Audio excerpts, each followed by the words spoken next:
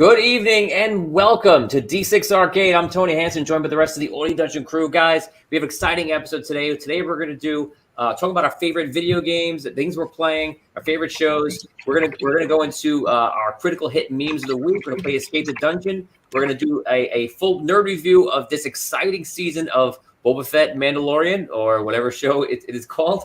And then we're going to do a What's the Roll on Raiders of the Lost Ark and one of the coolest scenes probably ever in cinema history, guys. So sit back, relax, and enjoy the show. Here we go.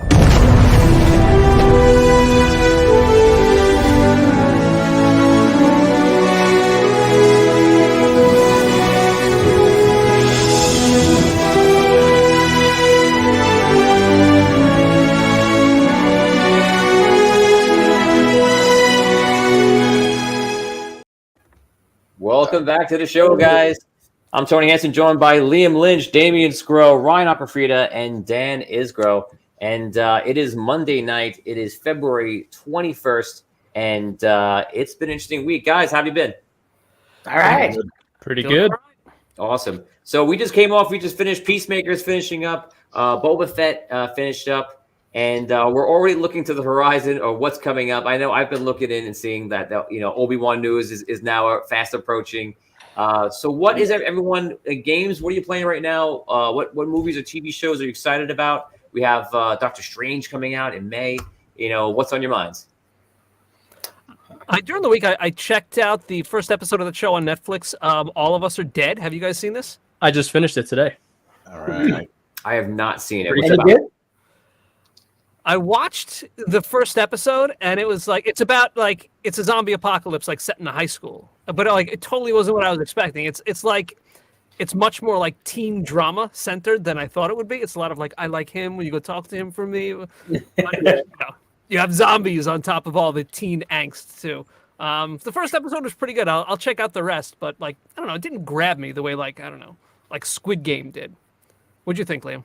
Yeah, I agree. It was like a show to just have on. Like I enjoyed it when it was there, but it wasn't like gripping me like Squid Game was. Like you said, it is very high school drama-y. It's like Degrassi with zombies. Yeah. I wonder if it's the same studio as Squid Game, because we're seeing it's from South Korea.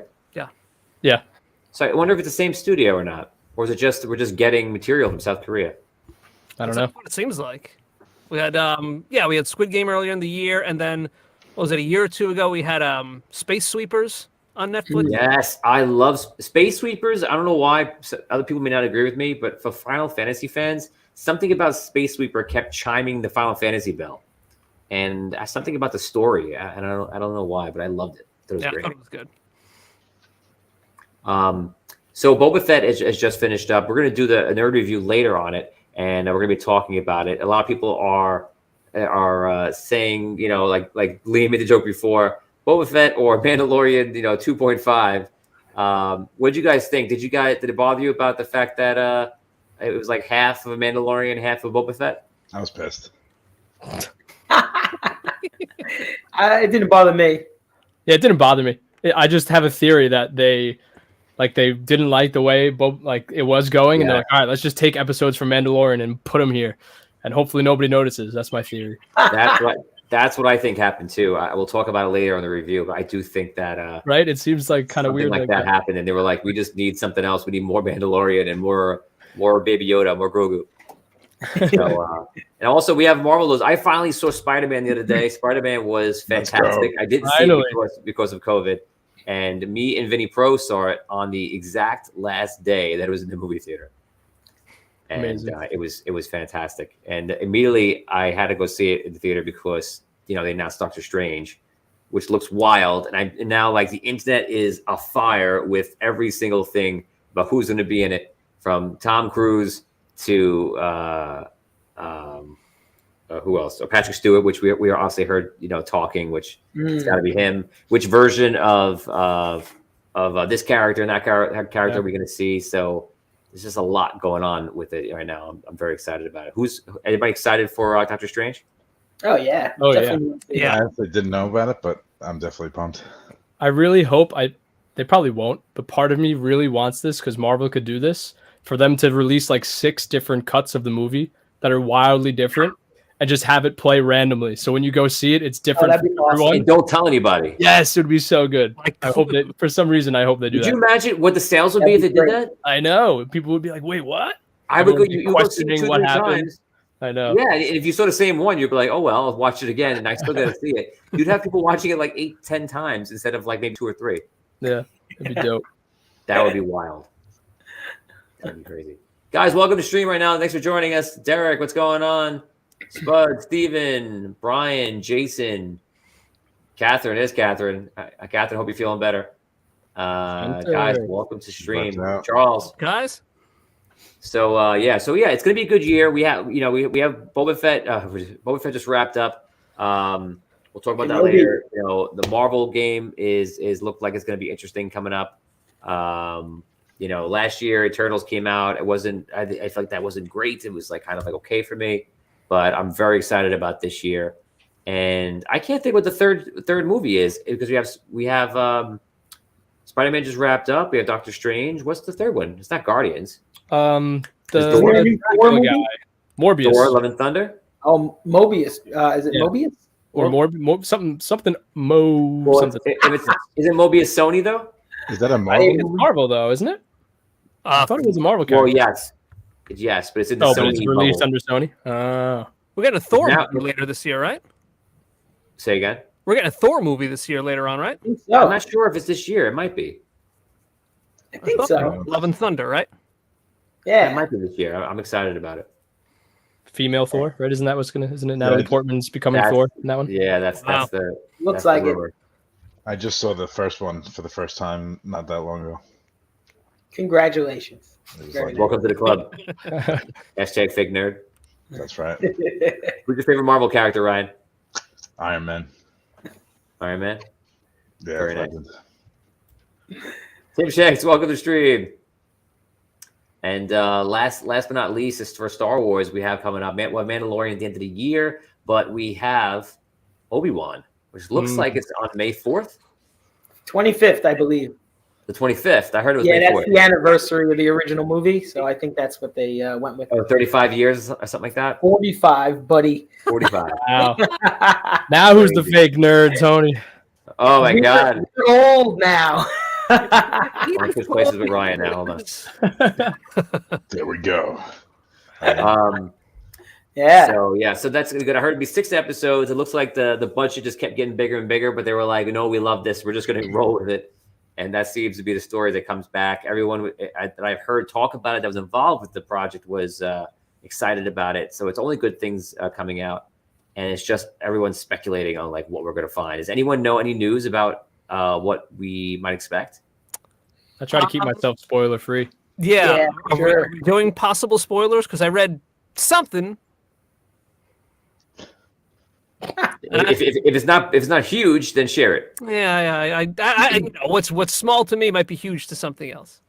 Something I know, like, my wife was saying, I hope this doesn't happen, and it's like I read something that said this is probably going to happen. I Darth saw Vader the kills headline that Oh, John shit. Williams will be involved in the show. Yeah. At least in some capacity, perhaps. Who will be? Some John Williams. Oh yes, I heard that John Williams would be on it. Actually, that's Yeah. actually Jenna's girl told me. That's John Williams, Nice. and he's 95 years old.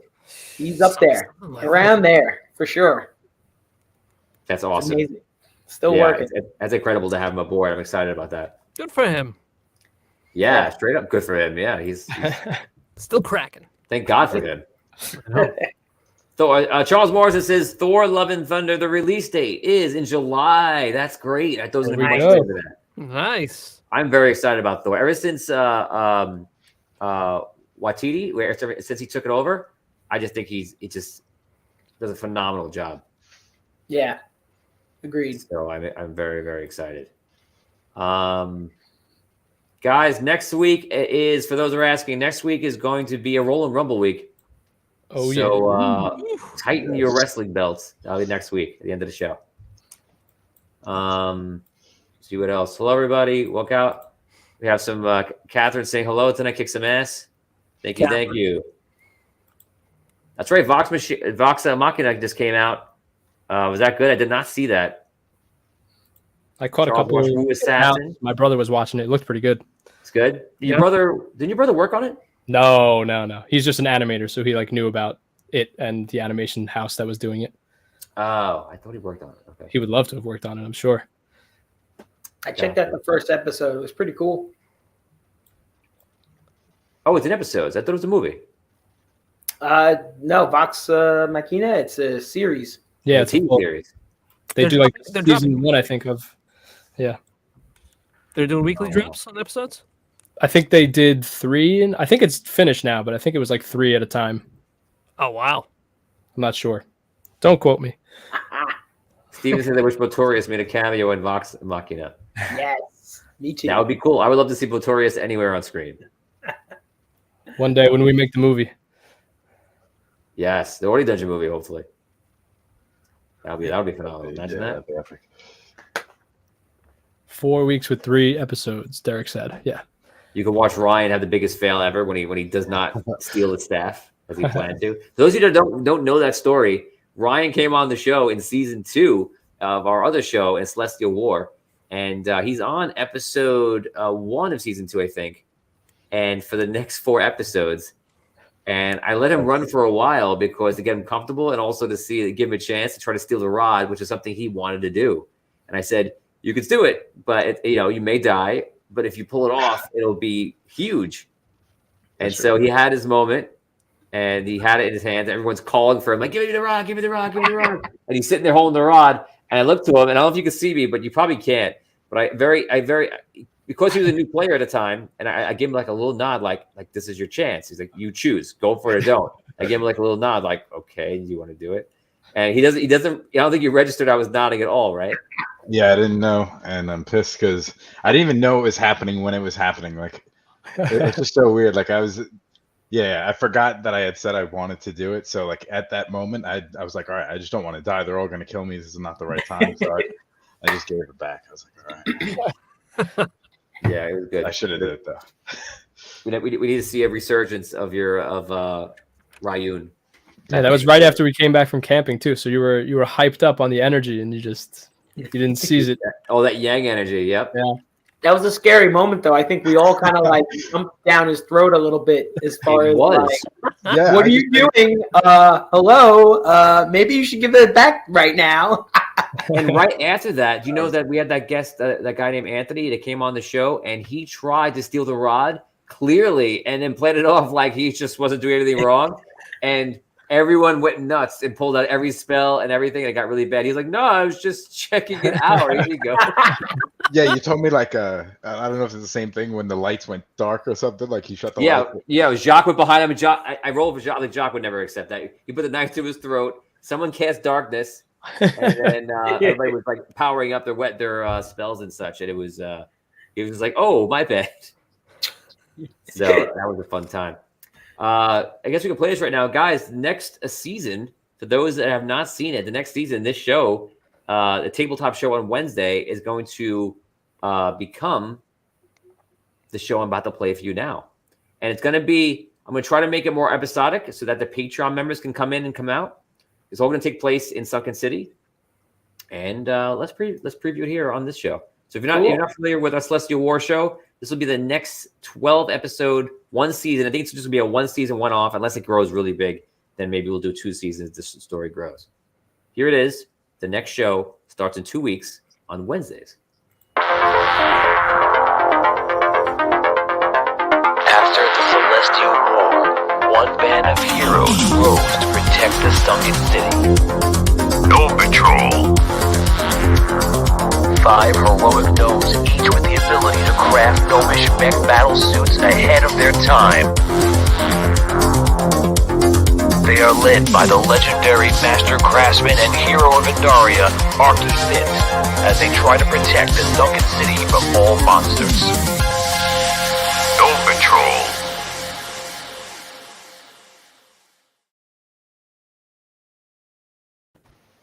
First thoughts, guys. What do you think of Gnome Patrol? Yeah. Hey, no patrol.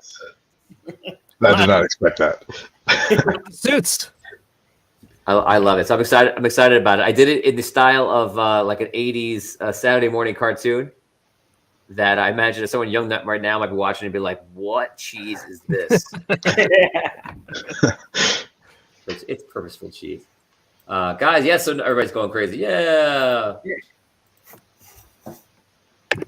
Stream with pretty boss. Oh, Derek likes your stream room. Oh, nice. It is. Thank you, He's got Derek. the mask from Zelda behind him. He's got his actual weapons that he fights with back there as well. The mic is crisp. Oh, Yes. Don't do that. More noises. Oh no, you took right. them off. There's a The penalty box. The penalty box. You know you deserve it, Liam. There. Okay, I didn't know that existed. Where's Slap Yep. Shot? Put him in the penalty box. Yep.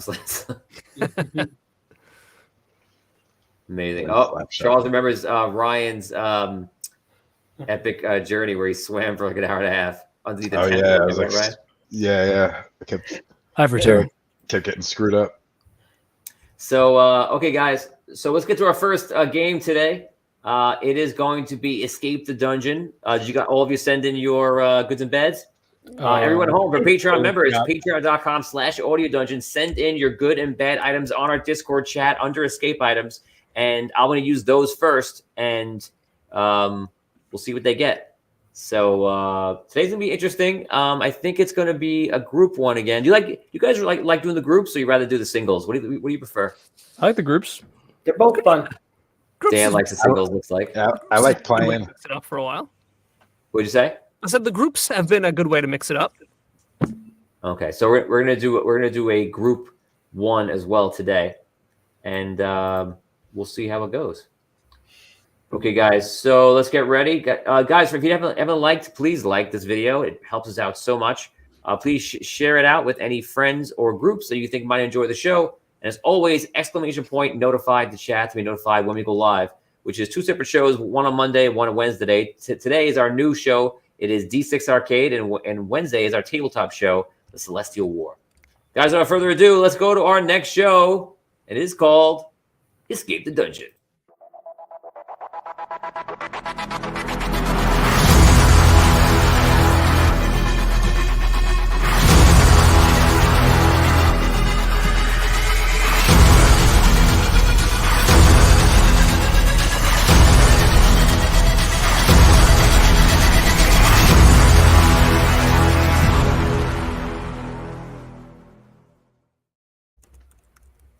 Good evening and welcome to Escape the Dungeon. I'm your host, Tony Hansen, joined by the rest of the Audio Dungeon crew. And today's escapist is going to be everyone. It's going to be Ryan, Liam, Dan, and Damien. And they will have to escape the dungeon if they can. Guys, Done. do you think that you can escape the dungeon today? Just look at your team, look around the room. What do you think? Do you think that you can do it?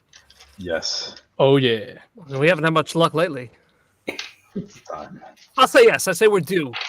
Yes. I'll say yes. I'll say we're going to be successful. One today. It's happening. We're live. Can you guys hear that music? Yes. Barely. It's subtle. Ooh, think about which item we're gonna take with us on this journey. Good. Heads up. Yes. Think about your item. Figure out your items right now. Let's see. We're going to set this up really quick.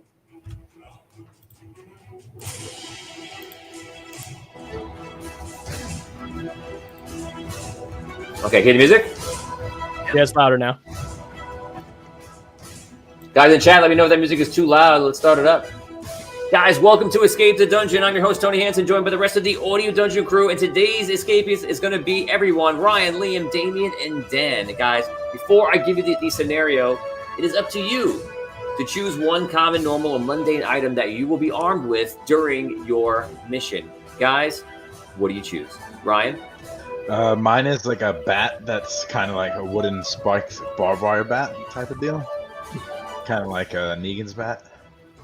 That But- is not a But common... if it has to be just a piece of wood, A with bat? nails, yeah, it can't be a bat. Then that's fine. But if it's a piece of wood, that's fine. A piece of wood. Is that A what you piece of want? wood that resembles a bat.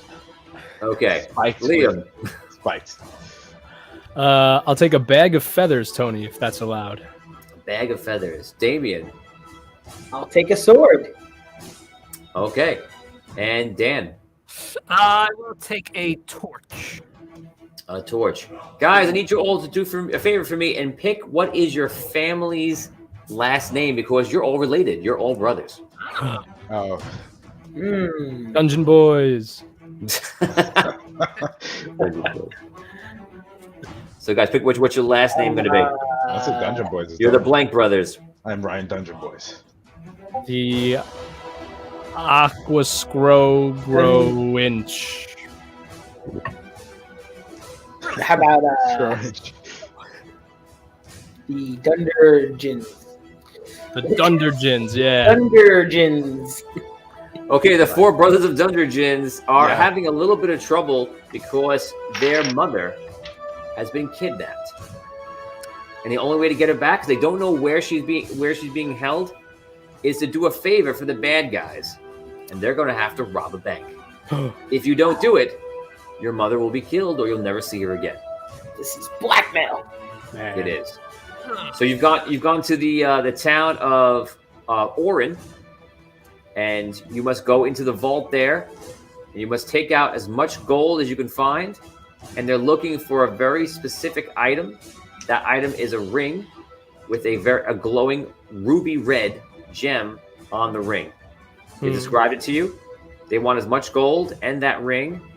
You're to go out. It's actually a port city, so you're actually to escape from there. Get on the Swift Runner, which is a ship in dock. If you do so, they will free your mother. If you don't, that's it. Any questions? Is the ship like our ship, or we have to steal the ship? No, it's a ship that the bad guys have. So we can just get on it though. Like we don't have to. Yeah, you just need to get on it. Okay. Okay, so if all 4 of you get on the ship, or if all 4 of you get on with the value of 4 people plus that ring, they're gonna just give you your mother, and then you will win the game. Is our mother on the ship? You don't know. I don't know. Do we know where she is? No, you have no idea. Okay. Our mother was a nice mom. We like her. You love her. Just checking, man. Yeah, you love her. You're the Dungeon Boys. The Dundergins. Dundergins. Thunder Mifflin Boys. Mama Dundergin. Mama Dundergin. Okay, guys. You have your items. As is the rules of Escape the Dungeon, they're going to roll D6. They'll have a bag of holding with them besides those items. If they want to go into that bag of holding, they can up to 5 times. And when they go in, they'll roll a D6. If they roll high, they'll get the good item in there. And if they roll low, they get the bad item in there. Every person has put an item in, Patreon member or crew member. They put in both a good and a bad item. We don't know which one they're going to get until they pull. Guys, without further ado, escape the dungeon. Let's do it. You guys arrive on town. You are in the town square. What do you want to do? What time of day is it? Midday. Midday. We gotta save what other buildings are in town besides the bank? So there's a lot of warehouses near the docks. There's probably about 3 different inns. The barracks is in the central part of town, and the barracks is very close to where the Dungeon Gin and Tonic will mess them up. And the barracks is close to the vault, which is near there. It's a little bit of a similar setup. It doesn't look like it, but it's a similar setup to Sunken City in our adventures. Okay. And what kind of bank is like a fortified, not messing around kind of bank, or is it, You haven't looked yet. Yeah. You just know that you've been thrown into this. And you kind of have to do it today. Okay. So we don't live here. Like we come here for this job. Okay. Yeah. Are we starting off the ship, or are we starting like? Yeah, we're No, in you're town in the town square. You've never set foot on the ship yet. Okay. You just know that you need to finish there. Do we know like where the bank is, or we have to go find it? Good question. You know where the bank is, yeah. Okay. Let's go look at it. Yeah, let's go scout out. I mean, make a deposit in case anyone's listening. Yeah. One guy goes, huh? You guys make your way to the center of town. You see the barracks are there, and you see there's probably about 15 guards, and the guards are just talking, hanging out, and they're actually moving from there out to patrols and back. So the vault you can see is about 2 buildings away from the barracks, and apparently there's some sort of armory in the building between. Now Are the vault, buildings connected or are they separate? they're all separate, all 3. Okay. And it's actually kind of like across the road. Like you come in, and the road would divide into two, and in the middle is the barracks, then the armory, then the vault. You check out the vault, and the vault is made of stone. It looks pretty secure, and it appears that 2 guards are always hanging out front at all times. Okay. Okay. Are the 15 guards? They're like patrolling all 3 buildings. No, the 15 guards are just kind of talking. They're assembling there. It's like being outside the police station, and then they go out from there to all parts of town. Okay. But there's The 2 point is guards. that there's always guards leaving this area or coming back to the area to increase security. Okay. And there's always 2 guards guarding the vault. 2 guards guarding the hall, correct. What are the guards wearing? The guards are wearing leather. Sometimes you may see actually the 2 guards outside of the bank will be wearing chainmail. The rest of them are wearing studded leather. Okay. Right. And they're all like, do they all have the same uniform, or is it just mismatched? Okay. Helmets, Yes. like covering their whole head. If we were to, It's a Storm leather cap. Okay. I would say the chainmail ones actually have an official helm. So I guess the question is, are we gonna do this like daylight or Yes. at night? We're gonna try to get in while people are there or not? Do we have a time limit? They want it by end of the day. Oh, like sundown okay.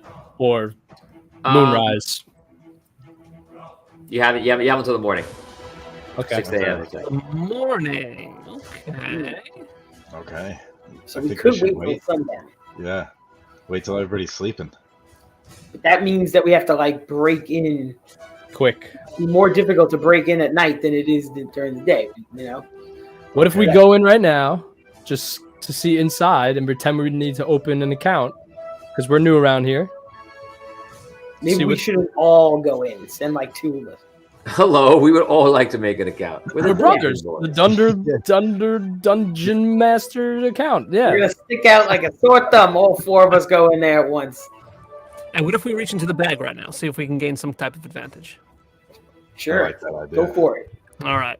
Mom's magic bag. Okay, I'm so you guys are outside of the bank, going into your bag. Dan goes in, and Dan roll d6. What'd you roll?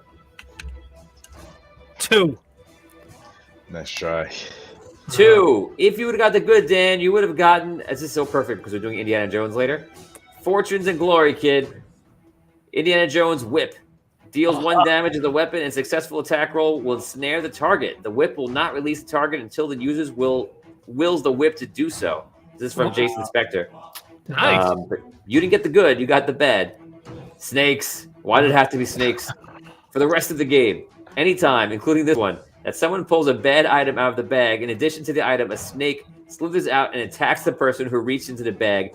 A successful hit deals 1 damage, and the player must make a saving throw of 3 or higher, or be instantly killed by the poison. Snake vanishes at the end of the round.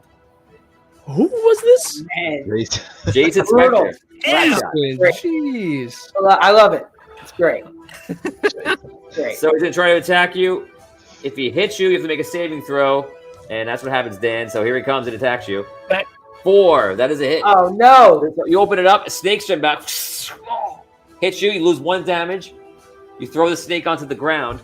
The snake disappears. Now you save get a against saving poison. I have Yeah. to make Now you need to make a saving throw. You need to roll a 3. Okay. 3.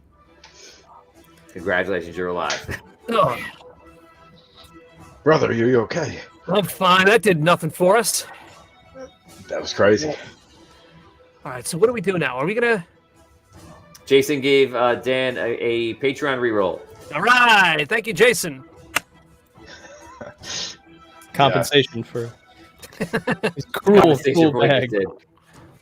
Maybe should one of us go and try to go into the bag? You want me to go try to I'll go in. Yeah, I'll go in. Want to go in together? do it? All right, you do it, brother. Okay. Evan gives a Okay. Patreon reroll to Dan. All right. I'll There you walk have into the bank, Tony. Oh man, this is gonna be a little thing. Okay, who walks in? How many?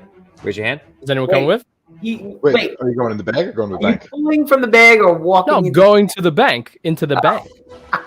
I was talking about pulling from the bag. The bag, yeah. Oh, I thought you were saying you were going into the bank. Oh, no. Okay, I'll go pull, to the pull, pull. bank. Okay, no, Pull. Damien, go. All right, you want me to do it? Yeah. All right, yeah, I'm making pull from the bag. Here we go. Okay, there's your second of 5 pulls, everybody. Go ahead. And I got a 5. Nice. 5. Coming in from Yes. Richard Wild. Let's go. If you would have got the bad, which you did not, it would have been a broken wand. Looks exactly like the Elder Wand, but when you cast, you can cast 3 magic missiles that hit you, dealing 3 damage. When you cast, Kill yourself? yeah, the way word it was weird, but yeah, basically it casts 3 magic missiles at yourself, doing 3 damage, and it would basically just kill yourself. That's brutal. This is brutal. Hit it. Yeah. But instead, you get the good, which is the Elder Wand, the most powerful wand ever. You can cast 3 magic missiles that hit always, doing 1 damage. That's the most powerful wand ever? Yeah. 3 magic missiles? Yeah, I think he means every time you attack with it, it hits. It's an automatic auto kill. For 3? Oh. Yeah. I thought it was only charged with like you get 3 magic All right, missiles. cool. Yeah, I am. Oh my I think I'm going to limit the charge, limit the amount of times you got. I'm going to give you, but I'll make it high. I'll give you 10 charges on it. 10. Cool. Yeah. We should so just that's- go. Start blasting. Yeah, just go bust out. the Start bag now. right Why wait? Easy, brothers. Easy. Take it easy. This is it. We One got thing at a mobbed. time. This will come in handy if we get into trouble. Correct. So not a bad Right. second pull. So, what's the plan? Again? Go in, or should we go to? I was gonna go scout out inside to see what I could see. Okay, so Liam, you like walk in, you're watching him pull out some kind of wand. You're like, ooh, and you go inside the bank. Okay. You walk between the guards. The guards don't say anything to you. They just give you like a nod. You walk inside, and you see a gnome is behind the counter inside. Okay.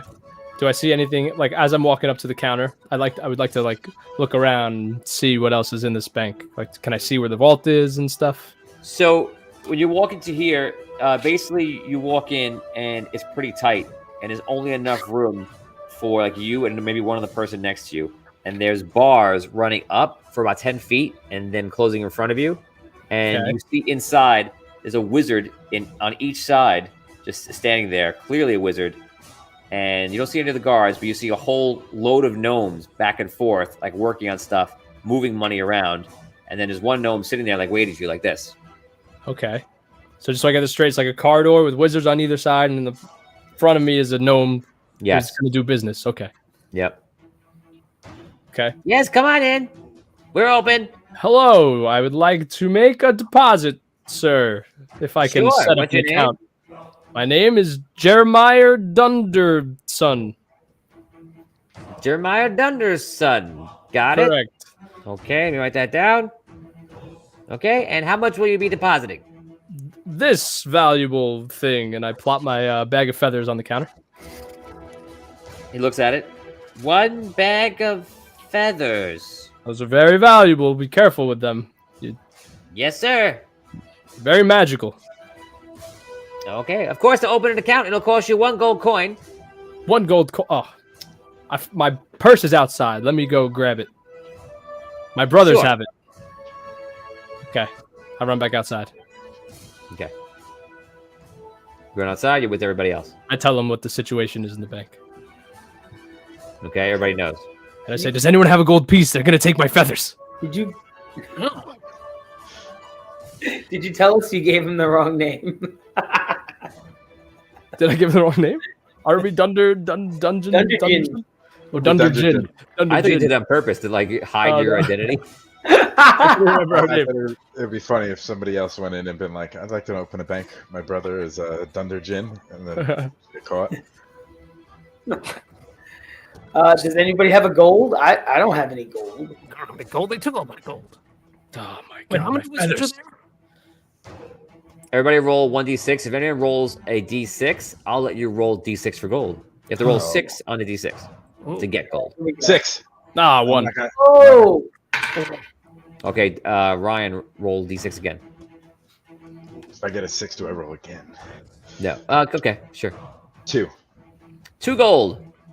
All right. I flip. You the got 2 coin, gold to give it save you. mama. I give you a gold coin. Go Oh, great. get your feathers. Okay, I run back Whatever in. you have I got the gold, and I give it to the Ah, gnome. very good. He takes the 1 gold. And you take it. Okay, it is in here. Here's a slip. He gives you a slip with a whole bunch of numbers on it and such. He goes, that is your account number. And let us know if you need anything else. Thank you. What are your banking hours, by the way? Sundown, sunset, sun up to sundown. Okay. If I really need them at night, can I get them at all, or Nope. totally closed, Yep. locked and everything? Yep. Ah, what a disaster. Okay, hopefully I won't need them tonight. Thank you. I run them back outside. What a weird guy. Okay, you go back outside. How'd I tell them all? All right, they close up at sunset. They lock it up tight. No way in. No one's there. What a surprise. I'm so glad you found out this information after having done all that. You couldn't have just asked. Hey, look, I have an account slip. We could use this maybe if we need to get in somehow. Wait, but did he show you the vault that he's going to keep the feathers in? He didn't. He just took them behind the counter. Did you see anything else that might be useful? There's the wizards. We got to watch out for those wizards. And the gnomes just run all around back there. There's vaults every which way. How many wizards are there? 2. I'm gonna pull from the bag. Okay. The bag. Ryan Dunder Jins takes the bag. Would you roll? 4. This is time. A 4. Okay, here it comes. Coming in from Charles Morrison. If you would have got the bad, it would have been that lad is a dragon. Smaug, the terrible, appears from the north to destroy you. Jesus. Perfect. We would have went for the gold. That would have been. Oh my God. If I would have got that, that would have. Okay, but you get the good, which is the one ring to rule them all. You gain a ring of invisibility. Oh! Yes. Yes. This is it. I'm gonna freaking. We should use the other gold to get them to do another deposit, and I'll slip in What? and follow them to the vault. I don't know. I have an idea. I have an idea. You couldn't do that either anyway. You don't have to spend it on the gold. Just put the ring on now and go in. Come follow behind me. I'll get us in. I'll start a kerfuffle with the teller, and hopefully you can slip in somehow. I don't like this idea. He should just go in himself. He's the invisible one. But what if The wizards? The wizards might see him. Do you don't know what they're up to? You know those crafty wizards. see me With their I'm magic. completely invisible. Okay. What about your wand? Can we take out the wizards with your wand? Oh, One I got? Yeah. Maybe. He can invisibly. Looks like it's pretty powerful. I don't know. I could try. this is epic. I mean, I don't know. I've never used this wand before. I just found it. Maybe we should. It looks awesome, but I don't know. Maybe we should pull from the bag again to see if we can get another item to help us out. All right, go ahead. I have an idea. Let's pull from the back. I'll go in this time. Good luck. Yes. All right, here we This go. is 1, 2, 3 is your fourth pull, right? Yep. No snakes. No snakes. 4. Yes. Yeah. Okay, you got the good, which means if you got the bad, it would have been a mighty screech sounds out across the city. Somewhere in the city, the ring wraiths have appeared. You and your family now being hunted. Oh my goodness. A lot of Lord of the You're Rings. not tonight. messing around today. But this is from Derek Luxon, by the way, Deluxe. But instead, you get the good, which is Aragorn's son, Arathorn, appears and aids you. This is it. We won. So Okay. Aragorn comes. He comes over and he sees the bag, and he looks at you and he sees you operate with the ring, and he says, "What are you gonna do? Play with these magical items in plain sight?" And like he grabs the ring and puts the ring in your own pocket, Ryan, and he takes the bag and he shuffles you guys over with him. He's like, "Follow me," and he brings you into the nearby inn. This is epic. He goes to the inn, and you see him walk into one of the rooms. He brings you guys all in. He closes the door, and you see him shutting all the blinds. And he stuffs all the beds full of feathers. Not yet. What are you doing? Who are you? He goes, "You should be much more careful. I know what hunts you." What hunting? No. What's hunting? What's hunting us? You don't understand. There's these guys. They took our mother. Yes, and they are deadly, and they will kill you. And you know who else will kill you? Every god, wizard, and powerful being in this city that sees you with that magical bag and ring. You gotta I help. am Aragorn, son of Arathorn. And I am here to help you. Thank you. So if we have the ring, is this pre the fellowship? No, you don't know. You don't know. Is Ryan a seal door? More importantly, I am your mother's brother. What? Uncle Aragorn? I am Uncle Help Aragorn. us. Oh, I am here to help you. Holy shit. You don't need to ask me for help. I am here. Okay, Specifically. so we to have to get this ruby jeweled ring from the Yes. bank vault. I know. And, I was sent the same thread as you. okay. So I say, let's save her. And let's kill every person that tries to do her harm. okay. So we break it into this bank, or we just gonna go kill him? What's going on? We could do either. Whichever you wish. It's time. We But no must matter take- what you choose, I will follow you to the very fires of Mount Doom. Okay. All right. So What are we we- going in What are we now? thinking, boys? We must take no prisoners. What do you think? Now? Later? Should we I start spinning my bat around. try to go in like when they start closing up the bank, like at sundown? Like maybe that'd be a good time to go in. Like Yes. The last person Into the thinks he. I just wait. Yeah, they'll just want to be getting out of there. They I'll won't have time to fast. deal with us. They'll be like, "Come on, we'll catch them unawares." Maybe. Aragorn says, you know what?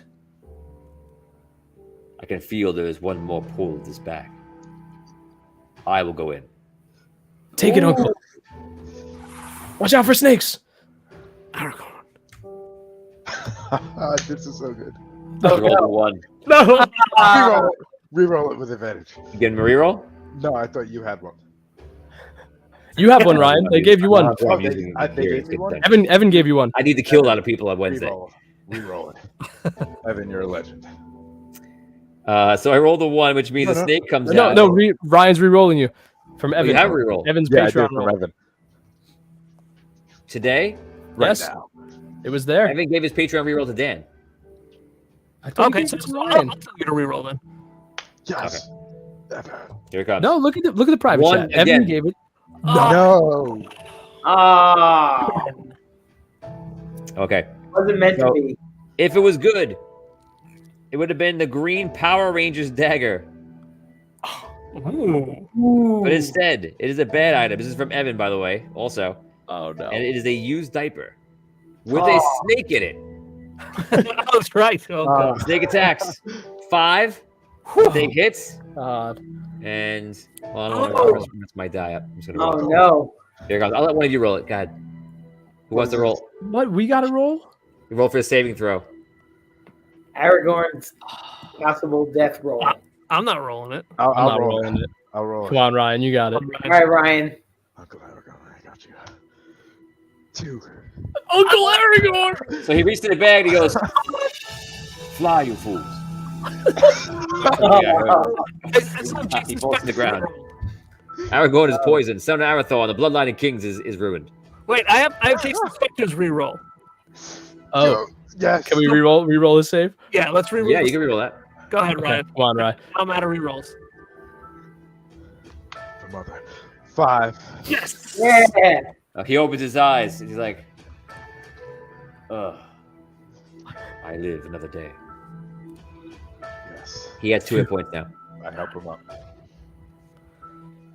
We thought we lost you on Aragorn. I'm still with you. Let's go. Me and I have this diaper. It was totally worth it. Oh no. I'll take that. I put the diaper in my pocket. If he relinquishes it. I do have a reroll. 500 stars coming in from Evan Moniz. Thank you very much. I think he's paying for the reroll. Oh. Yeah. Oh, thanks, Evan. He double dipped. He double dipped. Okay. Okay, guys, what do you want to do?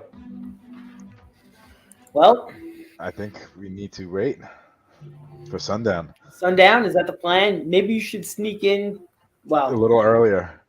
I have an idea. they might see you. The wizards might see you. They can't see my cloak. I'm like, they're not powerful enough. He's invisible with his one Ah. ring. Okay, what if I go in?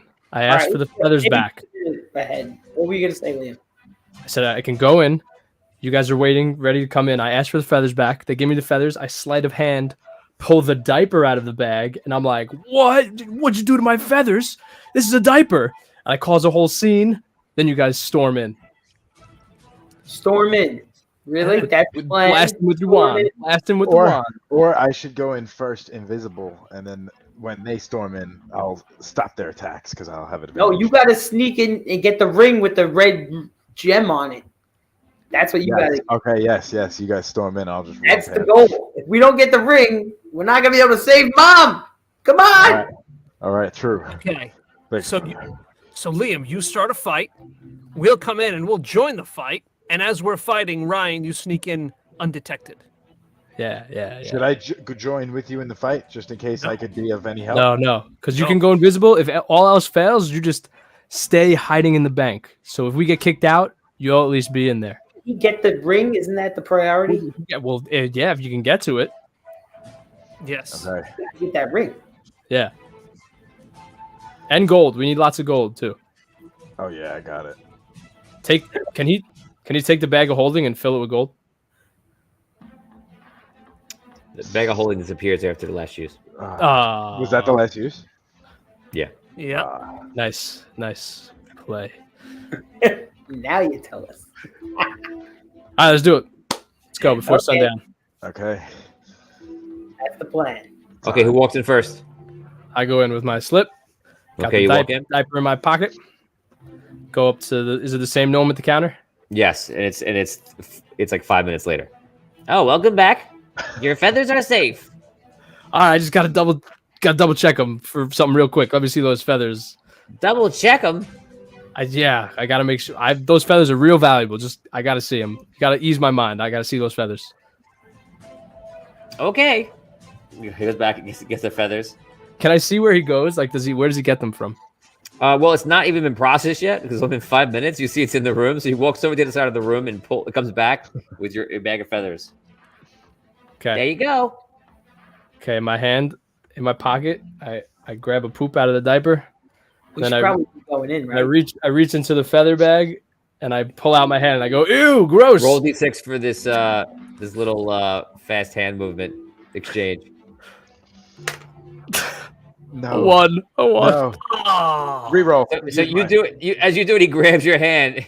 Are you putting poop into the feather bag? It's Wait, can I reroll? real important. I gotta do this. It's part of the I magic don't of think the we can feathers. take that if you put that poop in there. I gotta activate the spell. I gotta put it in. I gotta do it. Nope. Don't do it. We can't take it then. I'm giving a reroll. All right, then I gotta take them back. I gotta take them back then. Ryan Give wants me to reroll it. Do you have a reroll? I do. From where? Didn't what's the name just right in the chat? Reroll for Dan and Ryan. No, that was the ones we used already. Oh, okay. Never mind.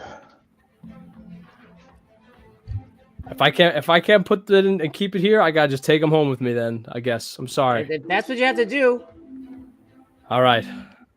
You sure I can't keep it? It's good. These are valuable. No, that's Okay. fine. There you go. Your account is closed.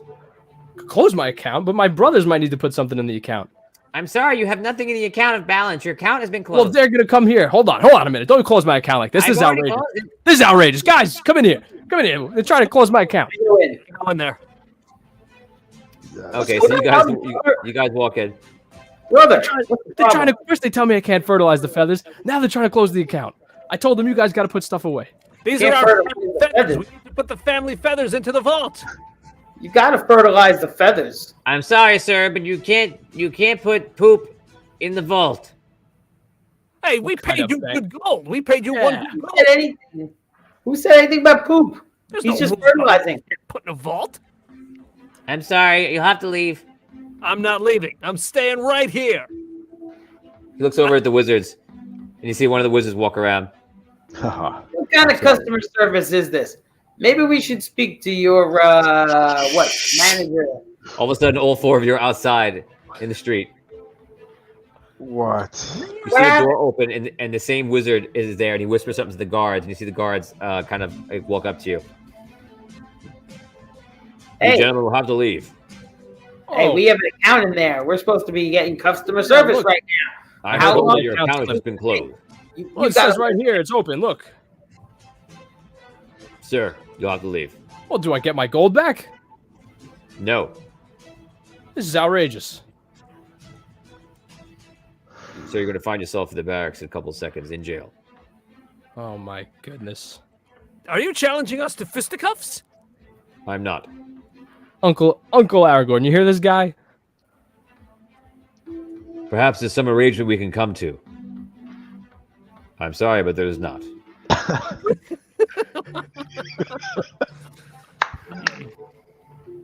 You gonna talk to my uncle like that? Look how big he is. He's like 7 feet tall. What is the vault made out of? Stone. Just take a torch and burn it down. I win. That's an idea. He can see me right now, right? This guy, this wizard. Yeah, you never put the ring on, Yeah. Okay. so everyone can see you. It's like real life. Is the wizard still there? The wizard and the two guards? The wizard closed the door, and the two guards are still there. The guards are in direct conversation with you right now. They're about 10 feet away.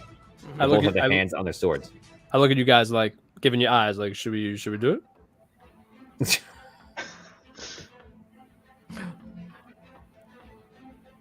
I take the bag and I put it over the guy's head. Oh. Oh boy. He goes, "Oh, bag of poop!" And Yeah, roll feathers. D6. About to tar and feather this man. Ah, 3. No.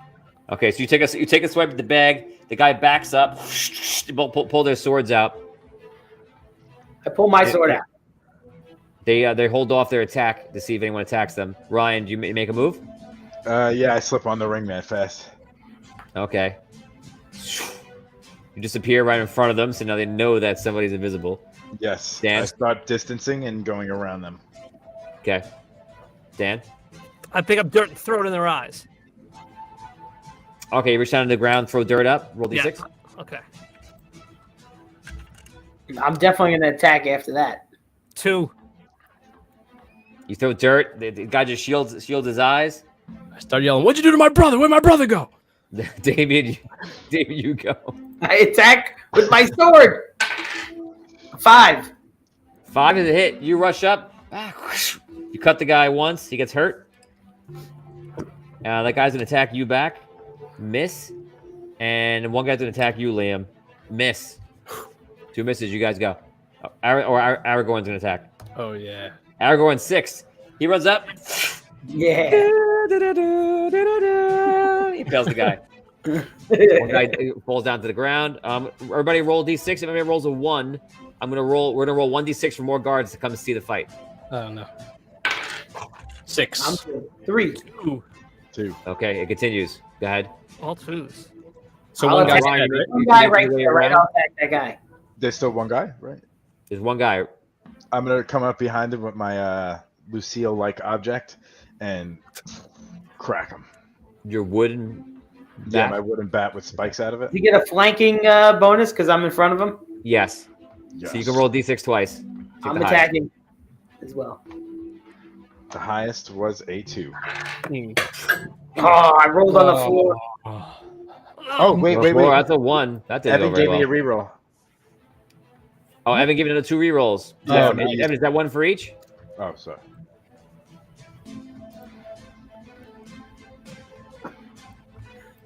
We'll find out in a second.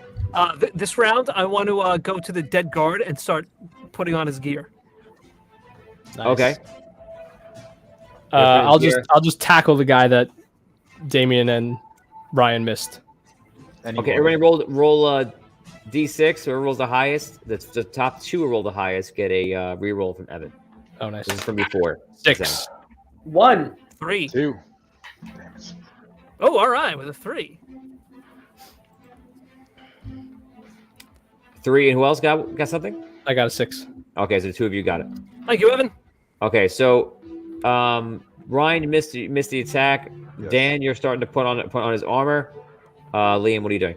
I'm tackling the guy. I'm gonna try to just tackle him to the ground. Okay, go ahead. Roll. 6 You roll- again. Nice. Okay. You tack him right down to the ground. He drops the sword. Damien. Oh, I missed on this round. I Oh, you missed, attacked. okay. Yeah, So you just missed. The guy's pinned to the ground. He's trying to. Uncle trying to learn the Aragorn, grapple finish him. virtue. Roll d6, Liam. Doesn't Aragorn come over and just like kill him? Well, I got a 1. this guy gets a turn. Dang. 1. Okay, so he breaks. He throws you off of him. Stands up. He doesn't have a sword, so he's not able to get it. Actually, he would push you up and go get his sword. Aragorn now attacks him. 1. That doesn't go well. Oh no. And you guys are up. Ryan. I go back for another finishing blow, hopefully right to the head with my Go ahead. 5. Okay, that's a hit. You knocked the guy out. That's it. Everybody roll 1d6 again. Everybody rolls a 1. Somebody comes from the street because it's a busy street. 2. 3. 3. Okay, somehow miraculously nobody sees you. Amazing. Yes. Now we have 2 things of armor and invisibility. We have disguises. Somebody else put the other uniform on. I'll put it on. Let's get into the alley quickly. Yeah, where are we putting these naked bodies? He pulls the bodies into the alley. Okay, cool. Okay, so by the grace of God, nobody sees you somehow. I'm not paying attention, and no guards nearby see you. You guys take the armor. Who's wearing the armor? Me and Dan. Okay. All right. He puts the guys on the ground. He tries to hide them a little bit. And what do you guys want to do? We're gonna have to stand guard and make believe we're the other, the other guys. And I can follow invisibly and sneak in past you when they let you in. They're gonna be closed now, probably. No. Do we Here's have what we'll do. keys? Listen, Ryan, you're gonna have to take the invisibility. You're gonna have to put on your ring, go invisible, and We can go inside and be like, what I'm gonna do, I'll just open the door and poke my head in. I don't Yeah. want to get too close to them because I don't want them to see that I'm not the normal guard. And I'll say, "Hey, those troublemakers left. They're not a problem anymore." And as I open the door, you slip in, Ryan, and then we'll close the door behind you. You want to Okay. take the wand with you? Yes. All right. Here you go. 10 charges on the wand. Use them well. Remember, emergencies only. okay, so we go over to the door. Okay, you guys go in. No, I don't go in. You open the door though. I open the door. I say, "Those troublemakers are gone." Okay, roll d6 for your impersonation. Oh boy.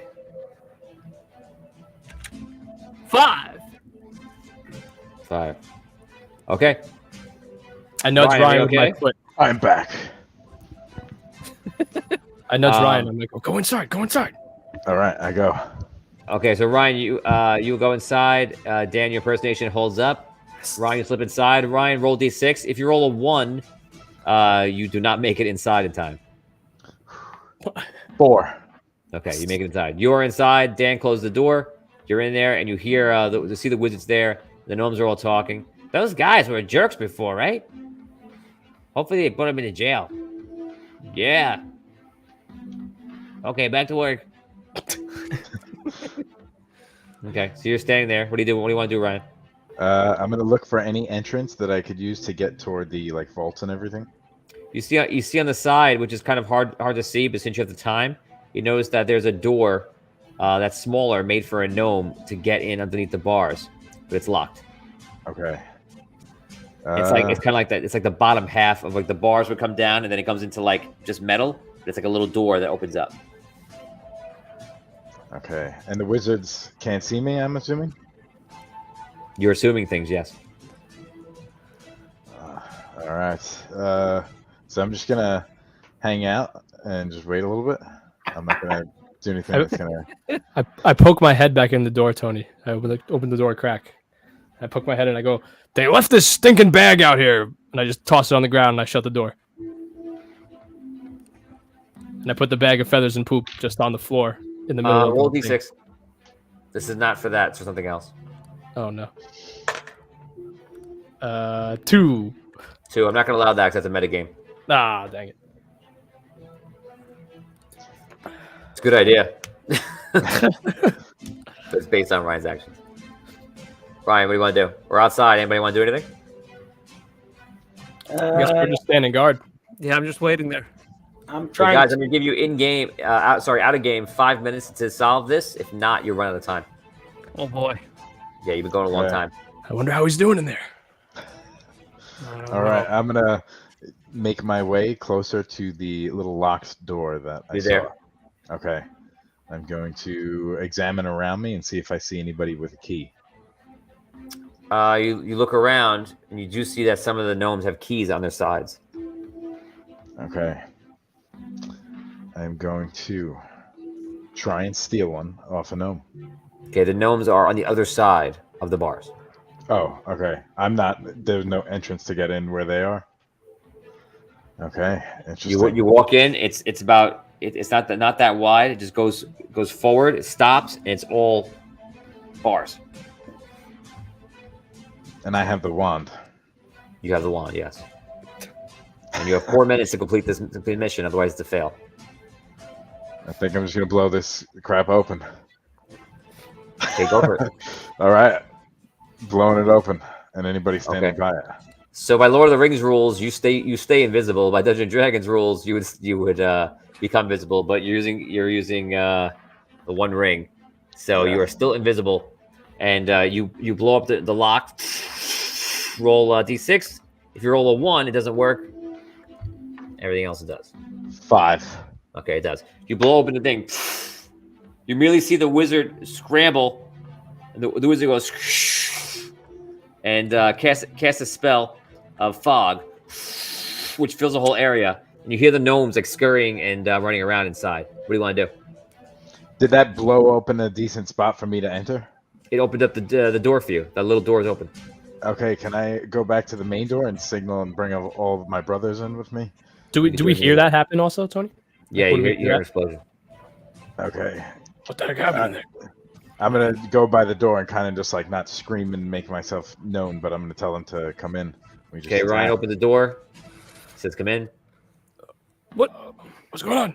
What's going on here? Oh, we go in. Oh no, they cast the fog. What? Someone broke in? What's going on? Roll I'm going. d6.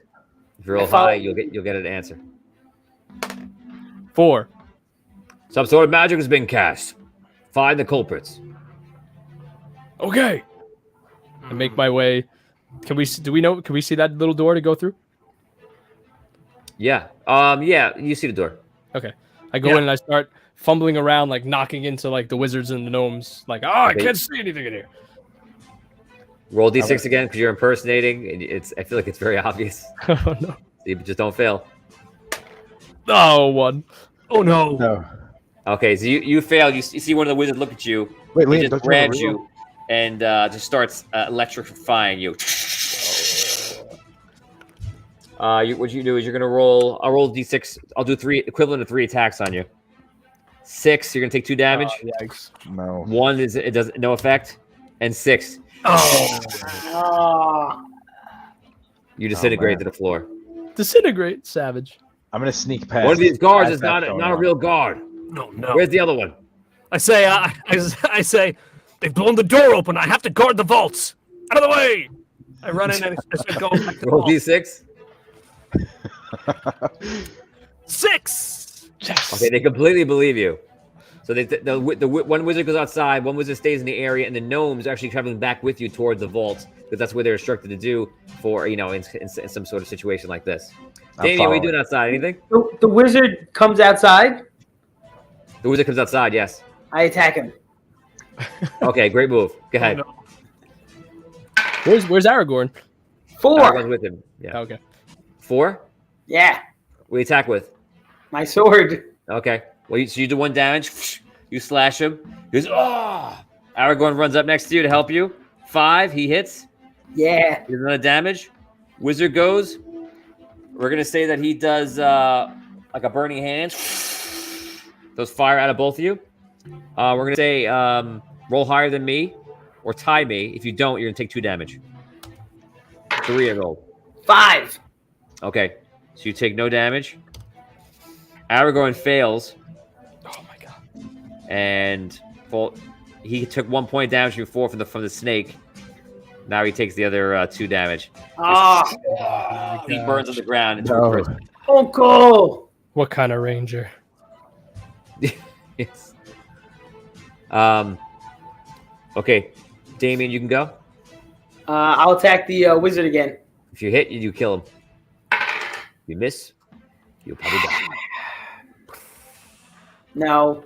We have rerolls, I think. He turns to you. It's the same thing as before to the other guy. It's gonna be 3 rolls, a lightning attack. 6. 2 damage right away. No. Ah. I rolled a 2. The last thing you hear as you're burning up is him running to the guards on the block. Oh no. We'll go back inside. Ryan, what are you doing? I followed Dan where they took Dan.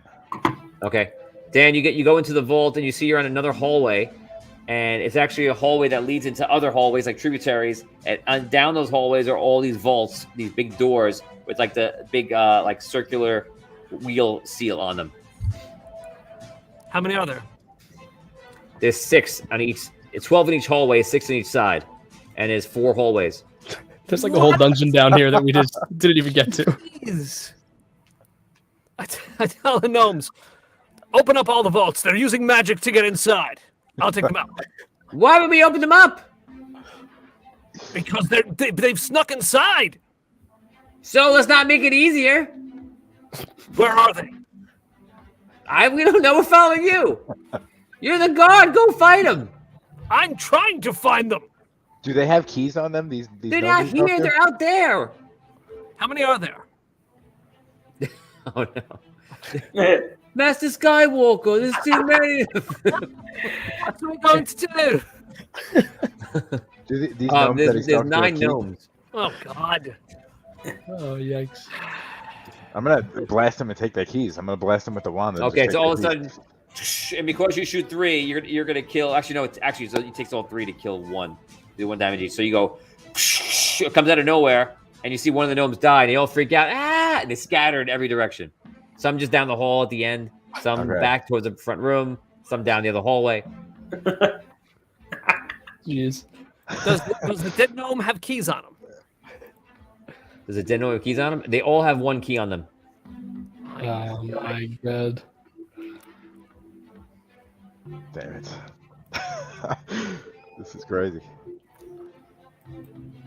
That's right. I Interesting. tell, Damien was there too. He's on a field mission. Okay, that makes sense. I tell all Okay, the what are you doing, guys? I tell all the gnomes, go back up against the wall. Someone's here.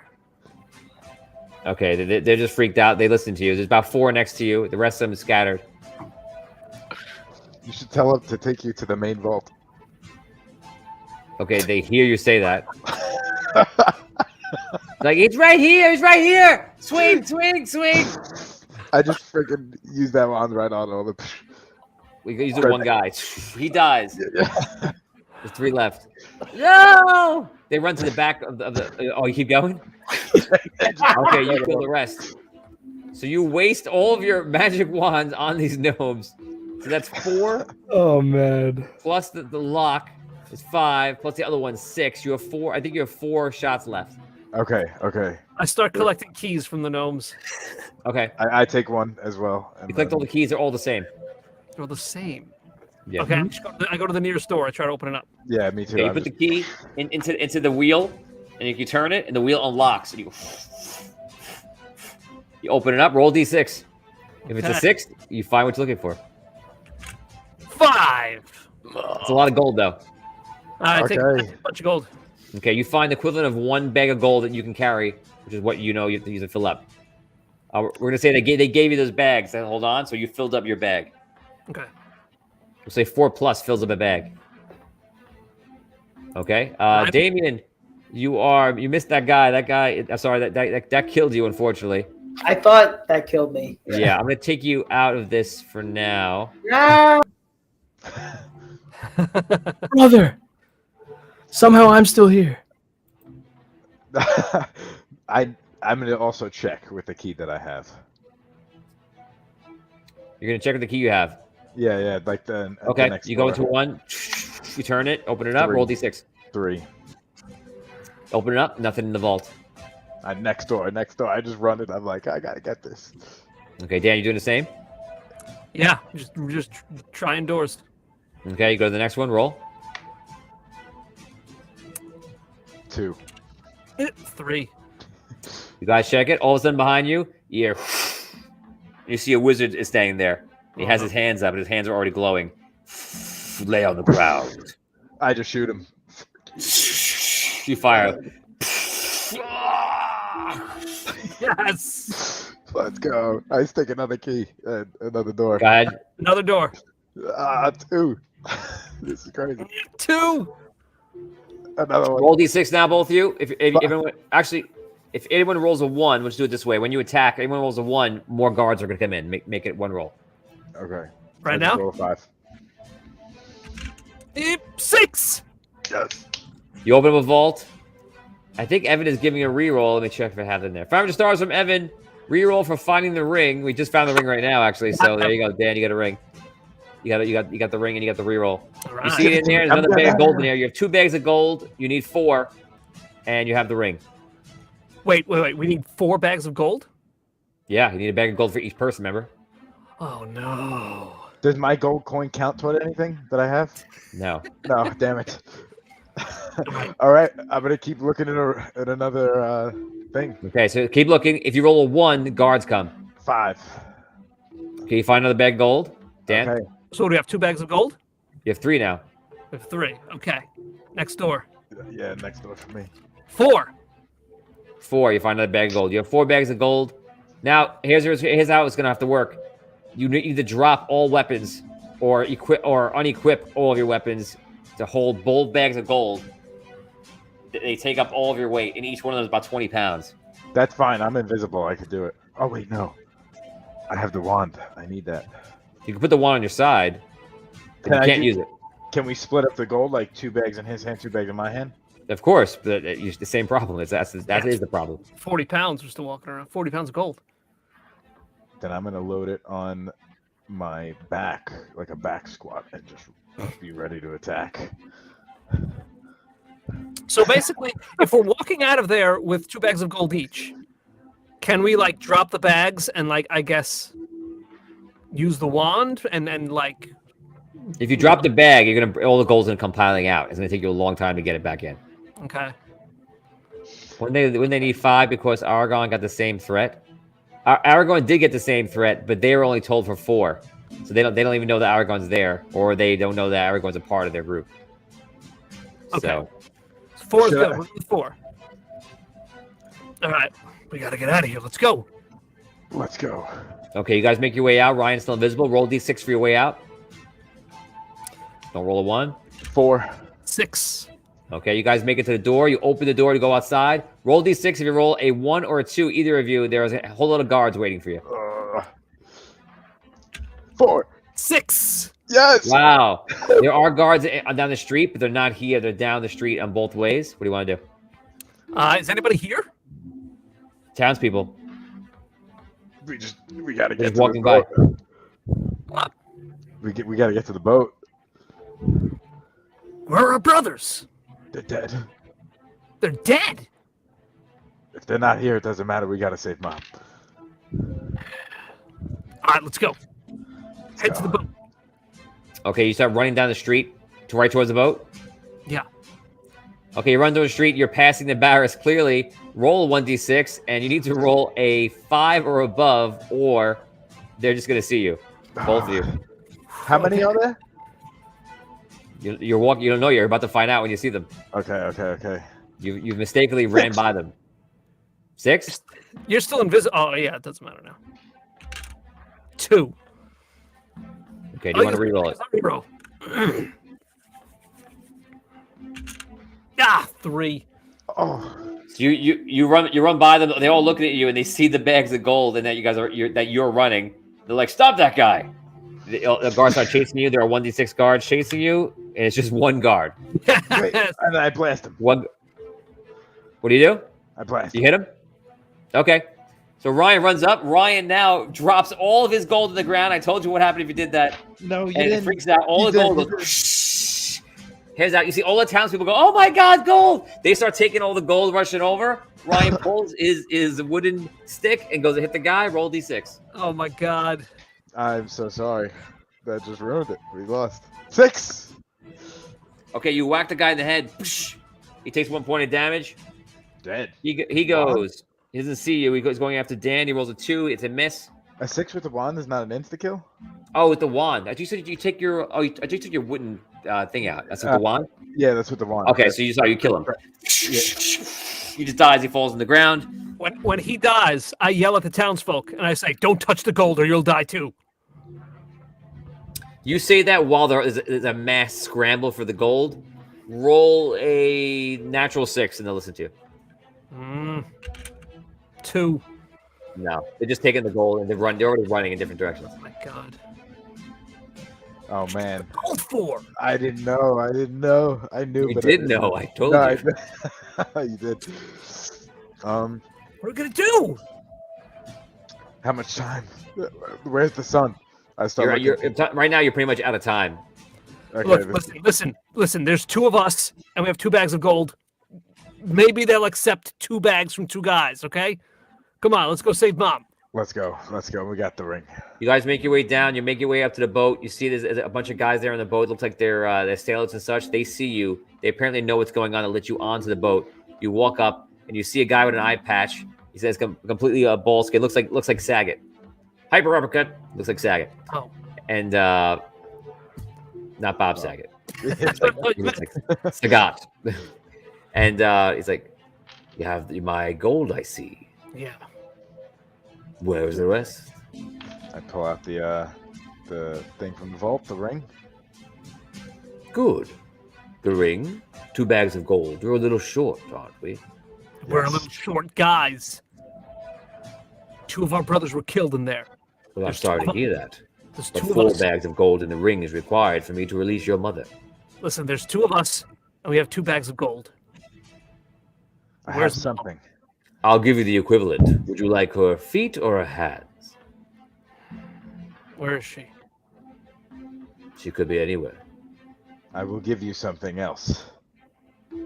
Possibly, but you have to swear to give us our mother. If you give me an honorable deal worth 2 bags of gold, then I'll consider it. What do you have of value? I slowly reveal the wand. Oh, by the way, you never took your ring off. So you're still invisible, and you're talking to him while you're visible. Okay. So we're going to go backtrack. He's going to say, "So you are casting magic. Reveal yourself." I take off the ring And he sees the ring. and I put the ring in my hand with the wand, and I say these 2 things for my mother. You offer to me freely. No. I close my hand and I pull back. Not freely. This is a part with the gold. This is making up for what we missed in gold and people. What I meant is that you are willing to make the trade freely. I accept your trade. I don't know if you're stealing from me right now. Give me the 2 bags of gold, the ring of the ruby, and the ring of the wand. And I will release your mother immediately. I look at my brother. Yes, let's do it. Yes. So he takes the ring. In place of a pirate's, you will have a king of the sea. He puts the ring on. It glows. I am powerful. But a deal is a deal. He points over to the door, and you see the guys open the door, and your mother comes out. Mom! I break down crying. Give her a big hug. Damien, need you to play their mother. I gotta Mom! You saved me! Mom, I love you. My boys! My boys! You saved me! You know what to say, Mom? But where are your brothers? Did they not all get here? A dundergin never leaves a dundergin behind. Oh, my good boys. Oh, my good boys, aren't you? My good boys. I love you, Mom. Oh, I love you too, sweeties. Come on, let's get off this Boys. shit. Come on, Oh, let's I'm so happy you got me. You saved me. I'm so happy. Oh wow, Squirrel, I'm definitely making you play mothers more often. Yes. Amazing. Okay, guys, congratulations to Ryan and to Dan who have won today's Escape the Dungeon. Let's go. Where are your brothers? Congratulations. Where are they? They didn't make it, Mom. We start crying together. It's okay, Mom. Your favorites made it. Your favorites made it. No, they didn't. I take out the wand. Nope, you don't have the one anymore. No, I'm joking. Imagine you just Girl, kill your man. mother. That would be the ultimate ending, wouldn't it be that? That'd be epic. Crazy guys. Congratulations to Dan and to Ryan who have won Escape the Dungeon. Guys, if you haven't done so, please like this video. It helps us out so much. Please share it out with any other friends or groups. And as always, !notified to chat to be notified when we go live, which is Mondays and Wednesdays at 8:30 p.m. Eastern Standard Time. Guys, we're gonna play something. We're actually gonna do a segment called Critical Hits of the Week. And something we're gonna take a look at today and for fun. Because on Audio Dungeon website, we get tons and tons of TikTok videos, of memes, of different stuff that's going on that are going viral, that are big, and some that are on their way up. So we're going to take a look at them and kind of vote on what we think is the best meme or video or content of the week in a segment that we call Critical Hits of the Week. Guys, we're going to look at our first meme right now. Let's take a look, and we'll put it right on screen here, and you guys tell us what you think. I would love to play D&D, but I just don't know any groups that play. I do. I'm in a group. You can join and play with us. Oh, but that wouldn't be right. I haven't even met the Dungeon Master yet. I feel like I was intruding. No worries. I'm the Dungeon Master, and I say that you can play. I don't feel comfortable starting in the middle of a campaign. Well, it just so happens that we're starting a brand new campaign tonight, so you'll be right on track with the rest of us. Oh, well, I don't know how to play. We love newcomers and teaching them how to play. But your group is probably full already. I don't want to take up any more space. We just had somebody leave the group, so we're actively attempting to fill one space. I have a very busy lifestyle, and I'm not available all that much. We only meet once a month and have to come to a consensus on which day that is. But I don't have any dice. Oh, I think you'll find that's not an issue. But I'll make so many mistakes. I know! That's part of the fun! I wish Catherine was here. That That was really good. fantastic. Yeah, that was really good. That was Brave Dave. Brave Dave on TikTok. Shout out to you, man. That was amazing. I did not expect that. I didn't see that before, too. I checked two of them. I did not see that one. It's great. That was great. What's funny is that it is like that because, you know, when you have people sometimes want to play, and I've had a couple of times, they were like, oh, let me know. I'll jump in. And I'm like, actually, it's a perfect time to play because we just finished a campaign. Today's the day. And you find out people are just like, they kind of would like to maybe play, but not really. It's kind of like when people say like, oh, you know what? Let's get together in a few months. It would be nice to come see you. It'd be nice to do it. And when you see each other sometimes, you're like, yeah, we should spend more time. But when you separate, sometimes you're like, I don't know. You know, you like other good enough. over there. So it's almost like the idea of spending time with someone is more attractive than actually like going through the legwork to make it. Wow, you know what? That's a great way of putting it. The idea of spending the time is better than putting in the legwork. Mm-hmm. I believe that if you want to see somebody, if you want to play Dungeons and Dragons, if you want to play a game, you will find that person hanging out with you, playing that game or doing it, and if they just don't make it, then they don't want to play. And they, you know, no matter 10 million times you ask them, "Do you really want to play?" Yes, I really want to play. But if they don't make it, then not making a time for it, they don't want to go. And that's probably, as a dungeon master, that's good advice for anyone that's trying to get other people into your group because they just don't want to play. They don't want to come.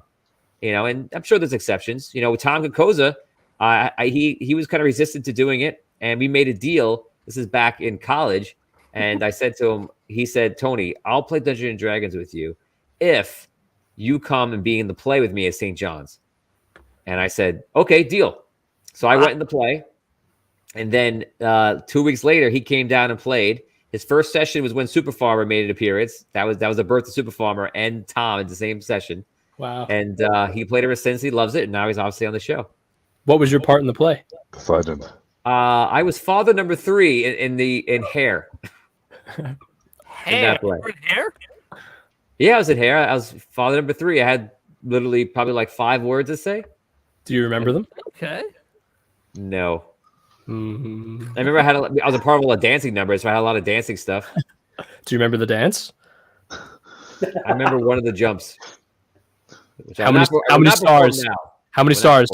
100,000 stars, and I will jump like I jumped in Hair. There you go. Hair jump. Here you go. On people, get on it. We need this. There's actually a story about that hair jump. Tom knows it. You can ask him. Let's go to our second meme right now. I feel like that first one is going to win from Brady. Yeah, that was crazy. This might be a picture or a video. We'll see. That was fast. Look at it again. Yeah.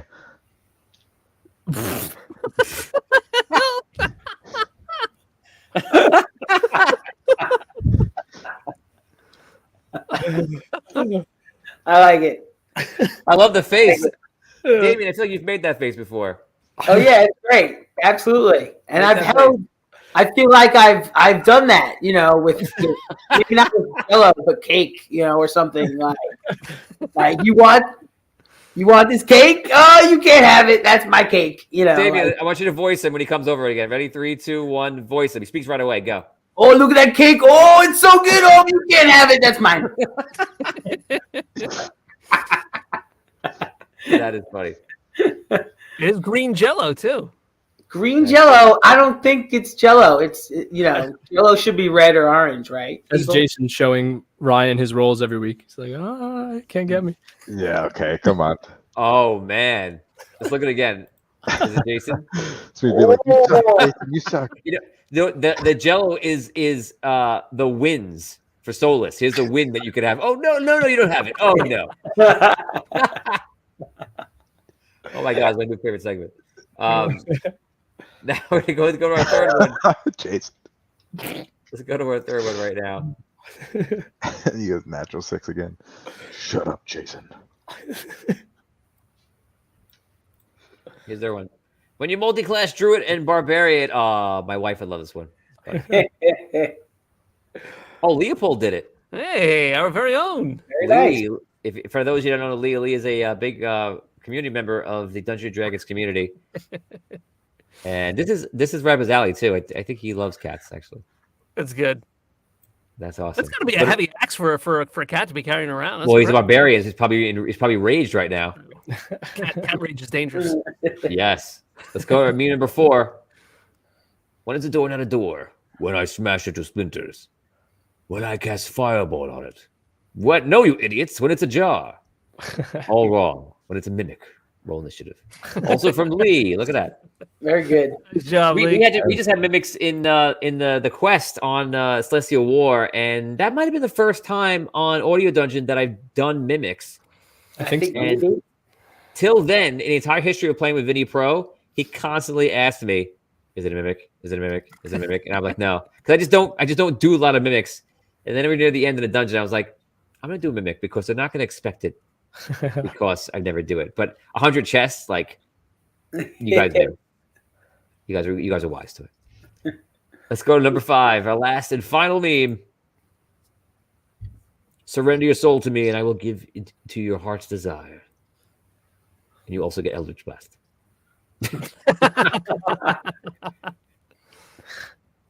Cthulhu, you guys fought Cthulhu. That's that Cthulhu. was Damien. That was Damien. Yeah, I think it was. It just was Damien. Damien was worshiping him. That was you, Damien. It's so funny because don't you feel like with a warlock that it's almost like the warlock is the being is like your god, obviously, in a sense, but you feel like you have such a closer relationship than you would as if you were a paladin or a cleric with your god. I feel like because I feel like in Dungeons and Dragons or tabletop, we don't play like you're talking to the god a lot. That can happen in the story. It happens in quests, but it's not like an everyday occurrence, or it's not like a every once in a while occurrence. I do feel like that probably as they go, the storylines of warlocks, you're talking to that entity a lot more So it's kind of a more rewarding relationship, perhaps, with being a warlock, with the Eldritch Blast added on as the bonus. You're not neglected by your god. Less neglected, less neglected. Who's played a warlock here? Ever played a warlock? I don't think so. No. Yeah, I don't have any recollection. Eldritch I never played. Blast I actually never choose to play a warlock. I played tons of rogues, wizards. I've never played barbarian either. Definitely played cleric. I played cleric wizards, which are a lot of fun. It's just like doing everything, which is amazing. That was a great time. But yeah, never played a warlock. Never. It doesn't really like jump out at me. Not evil enough. Not evil enough. I'm already evil enough. I don't need the warlock to double down. Let's see. Everybody say, the Patreon members are talking right now. Guys, let us know what your favorite classes are. What class do you usually play when you play? I would love to know. So that does it for memes, guys. Let's vote. What was your favorite one? Let's go through it. And Todd, get ready. We'll announce the winner. You can put the banner back up for him. Let's see which ones were your favorite. I would love to play D&D, but I just don't know any groups that play. Me, number 2. I've got my vote. I'm voting for number 2. Please, you can just do it at the end, Todd. You can do it at the end. The Mimic. Or Cthulhu, surrender your soul to me. What is your favorite? I'm going number 1. Yeah. I like 1. 1 was funny. Has divine energy.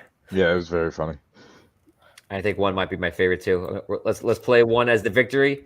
And Todd, you can put it up. Here it goes. Your victory, Brave I would Dave. love to play D&D, but I just don't know any groups that play. I do. I'm in a group. You can join and play with us. Oh, but that wouldn't be right. I haven't even met the Dungeon Master yet. I feel like I was intruding. No worries. I'm the Dungeon Master, and I say that you can play. I don't feel comfortable starting in the middle of a campaign. Well, it just so happens that we're starting a brand new campaign tonight, so you'll be right on track with the rest of us. Oh, well, I don't know how to play. We love newcomers and teaching them how to play. But your group is probably full already. I don't want to take up any more space. We just had somebody leave the group, so we're actively attempting to fill one space. I have a very busy lifestyle, and I'm not available all that much. We only meet once a month and have to come to a consensus on which day that is. But I don't have any dice. Oh, I think you'll find that's not an issue. But I'll make so many mistakes. I know! That's part of the fun!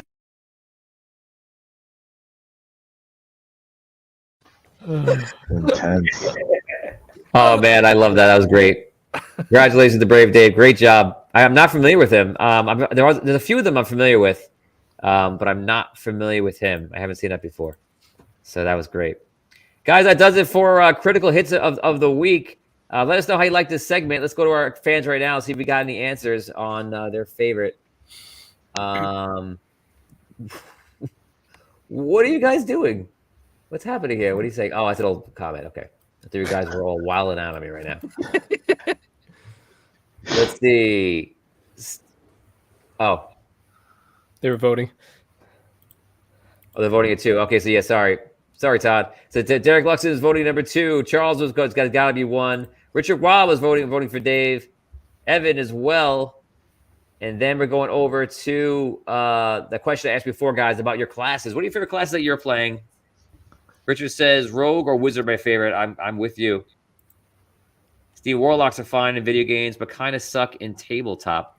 I agree. I guess if you, I'll say like, I love. I think Escrow kind of feels this way too. Diablo 3, Witch Doctor, and Necromancer. He's a big one for the Witch Doctor. I love the Necromancer because I love sitting back and just letting all my millions of guys go out. I love being the general. It's fun. Let's see. Steven says Conjuration Specialist. And Jason Spector, Cleric. My favorite, longest played character was Cleric and Mishgal for the Dragonlance saga. Yes, I love Dragonlance. He started at level 1 and ended up being the High Prophet and headed the entire church. Awesome. Steven had a very similar quest as hubcaps. Oh, yeah. I never... You know what? When I was reading the books, I didn't know what to think of the discs of Mishgal. I always pictured them as these awkward circles and just didn't know how to describe it. I don't know to date if I ever seen a picture of them. Fellow dark humorist, yes. Let's see. Derek, my Pixie Ranger to D&D campaign, 150-foot movement. Jesus. That's crazy. Ogre Magi. I've never played an ogre. That's awesome. And Charles, warlocks are good, but you have to be Hexblade. Yep. I think was it Michael or one of the guests came on the show played Hexblade. It was you could tell it was a fun character to play. So that does it here for our segment on critical hits, guys. Thank you for your input. We're gonna get ready for our next show right now, and this is quickly becoming my favorite thing to do on Mondays. Is at least right now because we have a lot of cool things to do, and I'll pull it up in a second. And this is one of our new shows. This is a show called What's the Roll? This is a show where we try to figure out some of our favorite and your favorite scenes in movies and TV shows. And what we try to figure out, what are the checks? What are the rolls? And it's fun to kind of figure it out. We did this once to kind of like just like mess it around. And since we started on this show, I just love it. I love going into media and just figured out there's a sneak check. Damien did it last time when we did the Arnold Schwarzenegger one. He was like, "Oh, sneak check," and he's like, "Oh, he's doing athletics right here and everything else." It's a lot of fun for me. So we're gonna do that right now, guys. Let's get into it and let's go to our next show, which is called "What's the Roll?"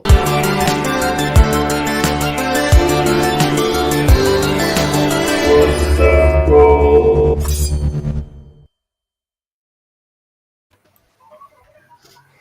Welcome, guys, to What's the Roll? I'm Tony Hansen, joined by Ryan, Dan, Damien, and Liam.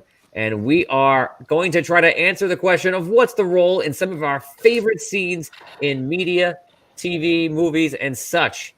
In this episode, we're going to look at Indiana Jones and the Raiders of the Lost Ark.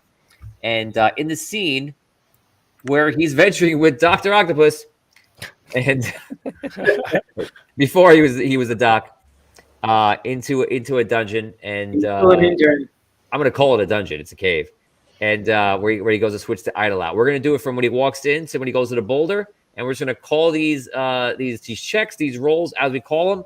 And fans watching live with us, feel free to jump in. And if you're watching this after live, that's okay too. Put it in the comments and let us know what you think. Did we get the rolls right?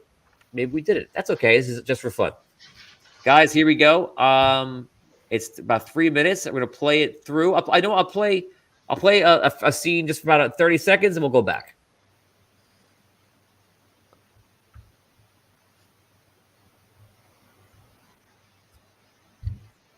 Look how young he is. It's crazy, right? Oh, man. 40 years ago. 40 years ago. 42. Wow. Nuts. For those who don't know that, Dan is a huge Indiana Jones nut. Yes. Loves Indiana Jones. So here we go. We have our first check. Yeah, this is some kind of trap check. Yes. So it's.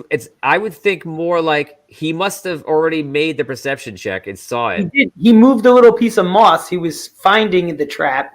Mm-hmm. Yeah. He moved the moss, and then he triggers the trap, but knowingly.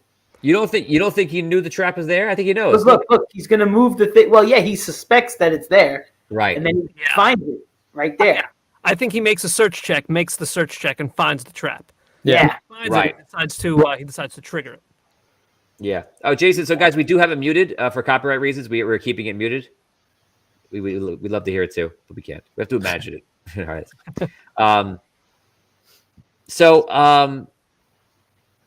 I guess perception is involved. It's either a passive perception or it's not passive because he's actively looking for traps here. So perception check, search. He goes in, he search for traps. He finds a trap, and then he's actually just triggering the trap. It isn't a remove or anything It's else. like a luck roll that it doesn't kill him. It is a luck roll. I mean, I guess he's standing in the right spot. Derek says investigation to find the trap over perception because he's actively looking for the trap. Yeah. Okay, I like that. Yeah. And I think it would be a lower DC too, because like, look, it's the thing you step on is like outlined in the tile. It's right there. Right. Like, it's not very well hidden. Yeah, it's like a shape. Okay, so let's continue. He brings a trap. That looks like it almost would have killed him, but he wasn't too worried about it. He's not even worried about it after. I guess, who knows? I would say like don't roll a 1 when you're triggering the trap. I guess. You know? Yeah. Chuck Earls gives a DC 13. That's right. We didn't do the DC. Let's do that now. What do you think the DC was for him to, I guess, to Find search? it? Yeah, I guess like a 12 or 13. Yeah. Yeah. I think that's fair. I would say like highest would be 15. I wouldn't say go higher than 15. Yeah, I like the 12, 13. Yeah, 13. Richard says he's using disarm trap because he knows it's there. He's not disarming, though. Yeah. He's just triggering it Triggers. safely. So, I mean, technically, you're disarming it It's a way by using it. So that actually might be I guess you could consider it a disarm. I don't consider it that way. I don't think about it like that. But some people just say I try to trigger the trap, but technically, disarming is like told me, I'm gonna poke it. From his let the trap go off without any danger. So right, from his point of view, he's kind of disabling it. yeah, he tells him to stay here. He says, "If you insist, senor." This is he's definitely making some kind of agility check. Yeah, right here. This is right now. That's pretty easy. It's just like a balance check, I think. Watch, see here. Oh. He's making like a dex check. Yeah. So he's not doing enough to call it acrobatics. I feel like it's a balance. I think he's still looking for traps too. Like I think. He's going around all those areas, all the areas with the mud in it. So that's Is that a perception or is that investigation as well? Like I don't think he's investigating now, but he's definitely using perception. He's definitely checking things out, like you said. He's being observant. He's I would make the player roll balance for that. But there's a lot of ways you could do that, and I don't think that was that hard. That maybe a 10. Yeah, I was thinking 10. Yeah. I think like if I were a player, if I were Indy as a player, I would say, okay, like I found the trap, and then like I would say, okay, before I walk across the floor, like I know where all the traps are. I'm just gonna walk to avoid them. Right. Exactly. So in doing so, like, what would you have me make like a balance check or something, right? Or a dex check? Balance check because he could slip in there and fall it in. Yeah. Why is Indy always tiptoeing around traps like the penitent man is lying on his feet? Yeah. Let's see. Chuck says detect traps while moving DC 11. Yeah, that could be good. I like it. That's more difficult terrain at the end, especially at difficult terrain. Yeah, with the steps. Yeah. Yep. And we said before, I didn't say it out loud though. Todd was saying it's an easy dex check. Yeah, it is definitely pretty easy. I agree with that. He also I think he made a good move where if you notice he doesn't step on the steps, he goes off to the side, into the middle. Right. He just let's go back to that. He straight up doesn't trust the steps. I wonder why. Let's look at that. Steps, totally. Yeah, look at that. Oh, you know what? Because he's like, why am I going to take a chance of the steps? Because the whole thing could be laced. Right. So maybe okay. He avoids, I don't know, a round of checks maybe? I mean, in Dungeons and Dragons, I wouldn't decipher all that, But I guess if it's one trap after the next trap, it'd be kind of the same thing. If you had a trap in the steps, you probably would though. Yeah, I mean, you could say athletics, See, Derek, let's see what people say. I think he jumps over them later too. Yeah, you could do acrobatics here if you want to. It's weird. It's weird to do the scene backwards when you're watching it. Because if I knew the scene and I'm watching it, so I'm going through it, I would describe it differently. If there were tracks there and we're just playing it and it was theater of the mind, then I probably would be like acrobatics. And I would imagine something crazier rather than Indy just like stepping around things. So let's continue. He's still walking between. And I think it's here. It's getting more difficult because they're smaller and closer. They are smaller, yeah. So if we said 10 before, I would say this is maybe like 16. Steven says, I think one of these nights we should do what's the rule to an old episode of Double Dare. That's great. Oh my God, I love that idea. Steven, I'll tell you what, if you pick out episode of Double Dare that you want us to do, we will do it 100%. That's we should do like a bonus round from Double Dare. Yes. The one where they're doing the whole thing, the physical challenge, where it's like 6 of them in a row that they do. Yeah, obstacle course kind of thing that they got to do. Yeah, the obstacle course. Yeah. sure. Preemptively, Jason's saying switching to idle could be a pickpockets check. Let's not get ahead of ourselves here, Jason.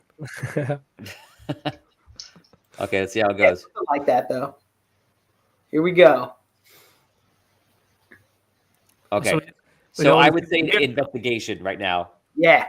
He's pondering. I would make him. I would say roll an intelligence check. Here's what I would say, because he's trying to figure out like how much the idol weighs in relation to his sand.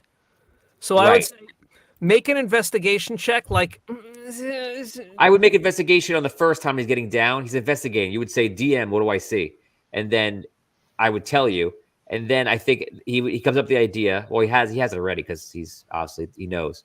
And then he knows what he came here for. He had he probably filled it up with extra in case he was wrong. And then he's going to take something out. So I think this is an intelligence check. I would say. Yeah, I think the intelligence check is okay. I see exactly how big this thing is. I know it's made of gold. How much do I think it weighs? Like, can I get the exact same weight in my satchel? And I think, like, with the investigation, with the information that you get from the DM, like, okay, here it's this big. You see, yes, it's made of gold. I would give him maybe like a +2 to his intelligence check that he's making now. Yeah, I mean he plus he has pluses already from what he does for a living, of course. Right. Yeah. This is a hard intelligence check, I think, though. Yeah, this looks hard. I'm like, what? Jason says, "What about Legend of Hidden? Yes, Legend of Hidden Temple. Get the episode. We will do it 100%. That's what the show's about. Love that." Coming in from Derek, investigation DC 17. It would be intelligence on the weight DC 20. Yeah, I think I like that. And the sleight of hand DC 15. I was going to say that next. I would make a sleight of hand, not a pickpocket. I would do sleight of hand here coming up. So what do you think is more difficult here, though? The intelligence check or the sleight of hand check? The intelligence. The intelligence. Right? Yeah. Yeah. Because determining weight like that just by eyeing something. Yeah, I think not that this is easy. It's not. But right. You can't take any weight off that plate at all. Look at that. Did he take sand out of the bag before? Uh-huh. Yes, he's trying to equal the weight exactly, but obviously there was a gap Failed of the time. check. It didn't matter. So what do we think? Do we think he failed the intelligence check, or do we think he failed the sleight of hand check? I think he failed a sleight of hand check, to tell you the truth. Really? I think. I think it was You the could argue intelligence. either one. Intelligence check. I think But put it this way, weight was wrong. I feel like when you watch shows, like you can't go outside. You have to use what's given to you, and if you see the mistake on screen, then I would say that that's a mistake, and I wouldn't infer that's something else. So if you go back, Also, it goes down, which implies, unless it's too heavy, he didn't take enough out. If that's it what could that be. means, It definitely could be the weight. That's a good point. It'd be the I weight. But think watch. it's the weight. Therefore, the intelligence check. There is a gap though. I missed it. okay. Oh, you're saying there's okay. There's a period where nothing's on there? It's very small. So it's like he rolls on the sand. So there's a moment of time where it's not there. So yes, Or like the or weight's okay, you lighter. know what? I take it back because you could say the other way. Because that's how always I thought about it. But I never studied it this closely. So you could say that the count, the whatever's measuring the weight underneath is registering it. It's a little too heavy, and then it kicks in. Yeah. And maybe they were trying to show you that it's about the weight, and that's also what they're pointing out to you, that the weight might be wrong. Yeah. So he probably got that wrong, and he got the sleight of hand right, but it didn't matter. Yeah, I always thought it was the weight, and only because of like the delay. I always thought that like if it was the sleight of hand that he missed, like as soon as the plate registered that there's nothing on there, boom, it would come down. Yeah, Right. I think you're right. I'm gonna agree with you. Failed intelligence, but that up to the DC of sleight of hand to 21. That's another Yeah, way to okay. look at it. Yeah, I don't know if I put it that high. It's not really that hard. He has all the time in the world. It's a replacement. It is tricky. I would put it at 15. I'd be a little bit more lenient. I think I'd put the intelligence maybe around like 21, and then the sleight of hands maybe higher than that. Maybe like 16, 17 or something like that. Liam, what do you think? I agree with Dan. Okay. I think intelligence should have been 18. 18? Yeah, 18 could be good. It's in the realm. Oh crap! Run. Oh, So just a notice, he jumps the stairs. We'll never know if there's a trap on the stairs. Right. Yeah. Totally clears the stairs and then triggers another trap. yeah. Two things came at him, right? Yeah. Yeah, Yeah. all shooting. But it works here because he's going backwards. So they're designed to be in front or there, and he's moving backwards. So he is staying ahead of it. I guess at that point he's just relying on his natural armor class. It's a running check. If I would do like a terrain negotiation running check, as long as it doesn't stop, he's fine because he's just keeping his speed. You could put it up that he's making it automatically. Yeah, you could do it a couple different ways. And then he's got he swings over here.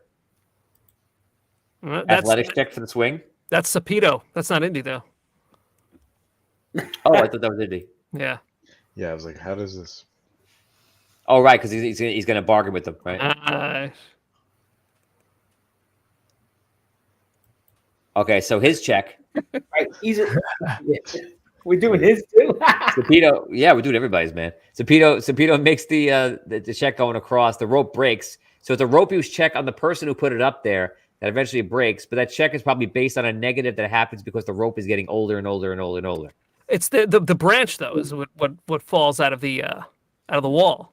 Right, the branch gives way. It's the whip that he's swinging on, isn't it? Yeah, because Indy wraps the whip around the branch. See, the branch falls. Right, and the whip just comes loose. Oh, right. Yeah. Right. That's how long I haven't seen this scene. So I would think maybe the DM knows how weak the branch is, and he knows how many swings the branch can withstand. Right. They got them over there, but right. So the check for the whip was successful. It's fine. It's staying up there. There's no problems. Now it falls down. Let's see what happens. No, he gets the whip. The branch falls. There we go. Throw me the item. Throw me the whip. No time to argue. There he goes. I guess he made his persuasion check, Sapido. Oh wait, he's leaving him? Yeah. So he made a persuasion check. You probably would give him. It's a bluff check. You could give him it with advantage. Yes, definitely, because he had the wall coming down. Yeah, so it's like he's more likely to get Indy to believe. Yeah. Well, they're both playable characters, and one of them's just Ryan. All right.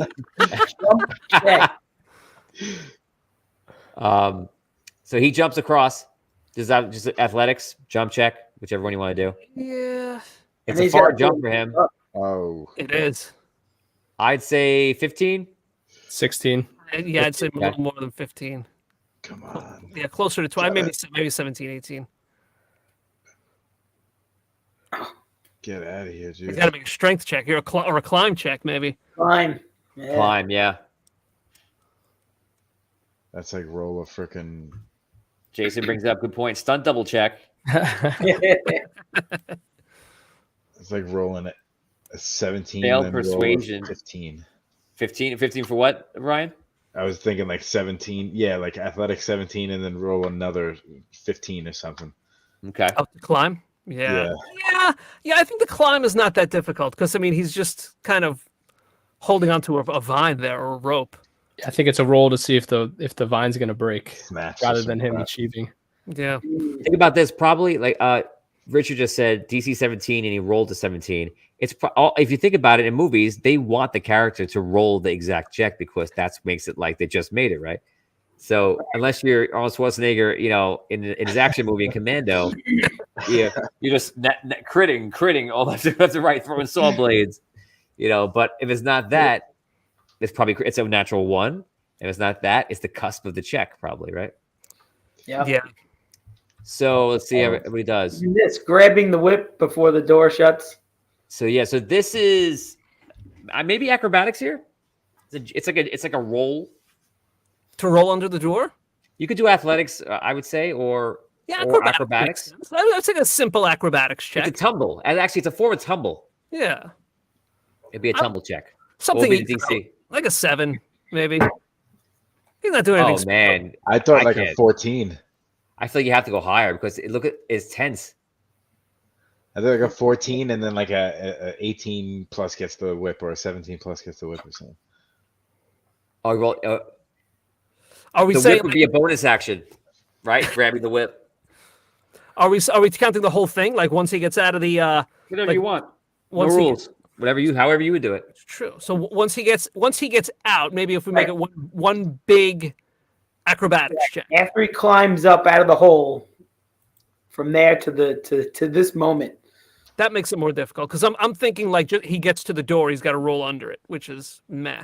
But if he's like once he gets out, he's got to scramble there, then dive under the door. Yeah, he pretty much does it all in one motion. So I would say, Yeah, I mean you wouldn't. So we're watching a lot of things Okay. happen, but the DM wouldn't be making the player roll check for every action. You would just be like, okay, climb up and then tumble for underneath the door, and then with some sort of bonus action or whatever, he would grab the whip. Or yeah, you can do. I think Ryan was saying that you can make it like if he rolls higher on this, you'll get the whip and underneath, or if you roll lower, you just get underneath.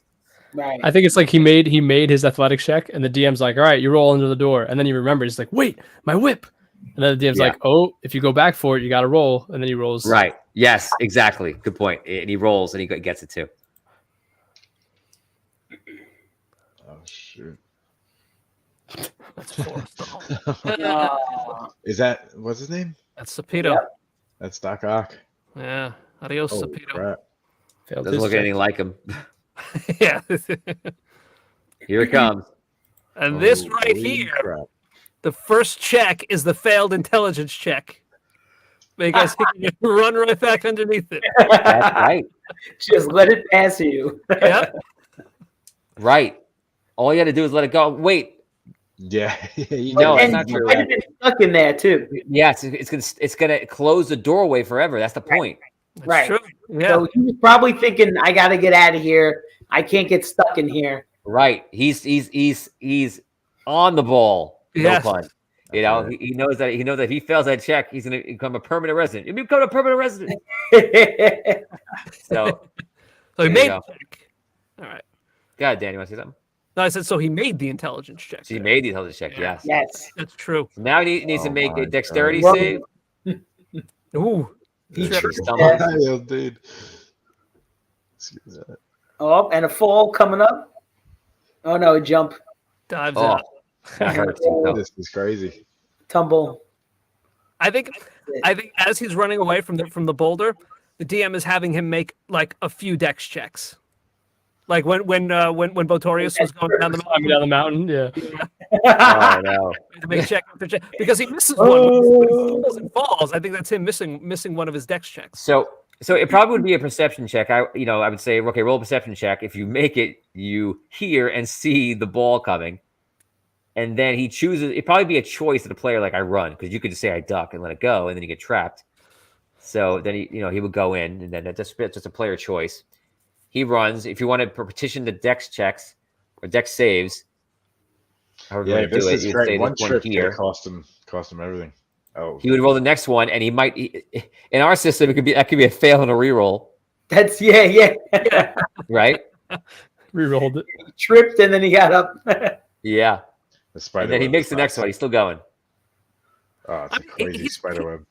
He's got a lot of obstacles. Like it's not easy terrain, so it's got to be like at least a high. Like it's not just hey run. It's he's got some obstacles to go through.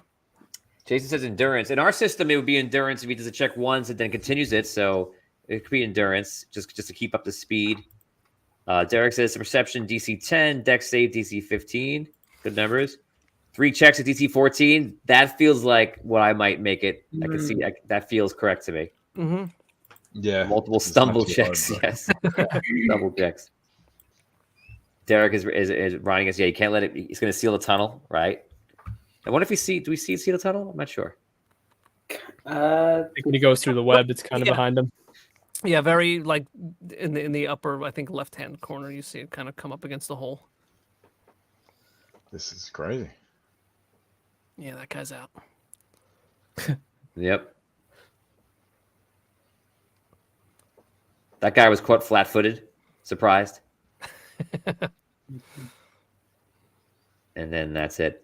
So that does it, guys. That is Indiana Jones, Raiders of the Lost Ark, the Golden Idol scene, and that was a good one because that's classic D&D to me. That's literally like that's like the first thing we've seen when we were young, and that was like, okay, what is this? I love this, and I didn't know that Dungeons and Dragons was a thing yet, but I was about to learn. And yeah, say again. It's a quick dungeon crawl. Yeah. It's without going to Dungeons and Dragons or Lord of the Rings, it's like the most dungeony crawl that it probably exists, in true form. And I remember when Lord of the Rings came out, I hadn't read the books, so I didn't know what to expect in the first one. And when they were going through the mines of Moria, I remember just like watching and going like, oh my God, this is great. This is a dungeon crawl right now. I've never seen this in television. And then when they fight the cave troll, when they get trapped, that battle is straight D&D. With it, like, Gimli comes up, slashes, someone comes up, Aragorn comes up and like, tries to stab him, Legolas firing arrows in. Yeah, Legolas fires in. That's a straight up D&D turn-based combat. It was so great to watch that. It was so awesome. And crazy how long ago that was. That was 2001.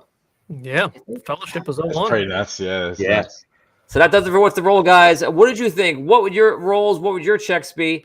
And there's no wrong or right answer, but what would you do? We would love to hear it. Put it in the comments below and let us know. That was Indiana Jones, the Raiders of the Lost Ark, the Golden Idol, and that was a lot of fun for me.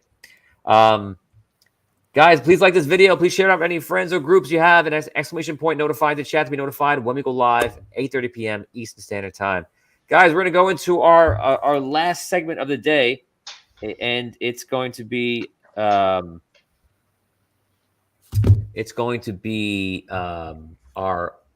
review on Boba Fett. Todd, can you do me a favor and can you put in the link for Vinny Pro? Vinny Pro is going to join us right now.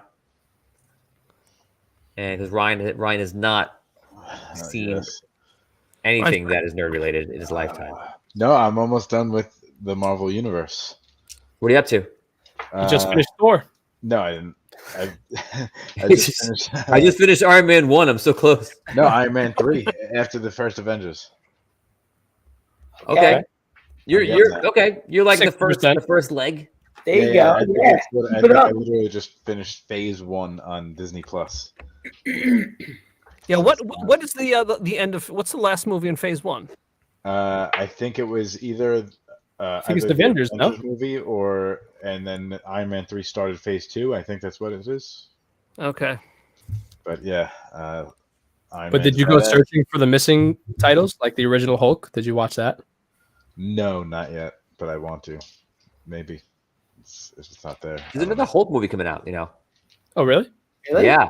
He's a beast. I get the alerts. I forget if I saw it on IMDb or not, but it's Ruffalo, and it is what is that guy's name? The guy who was the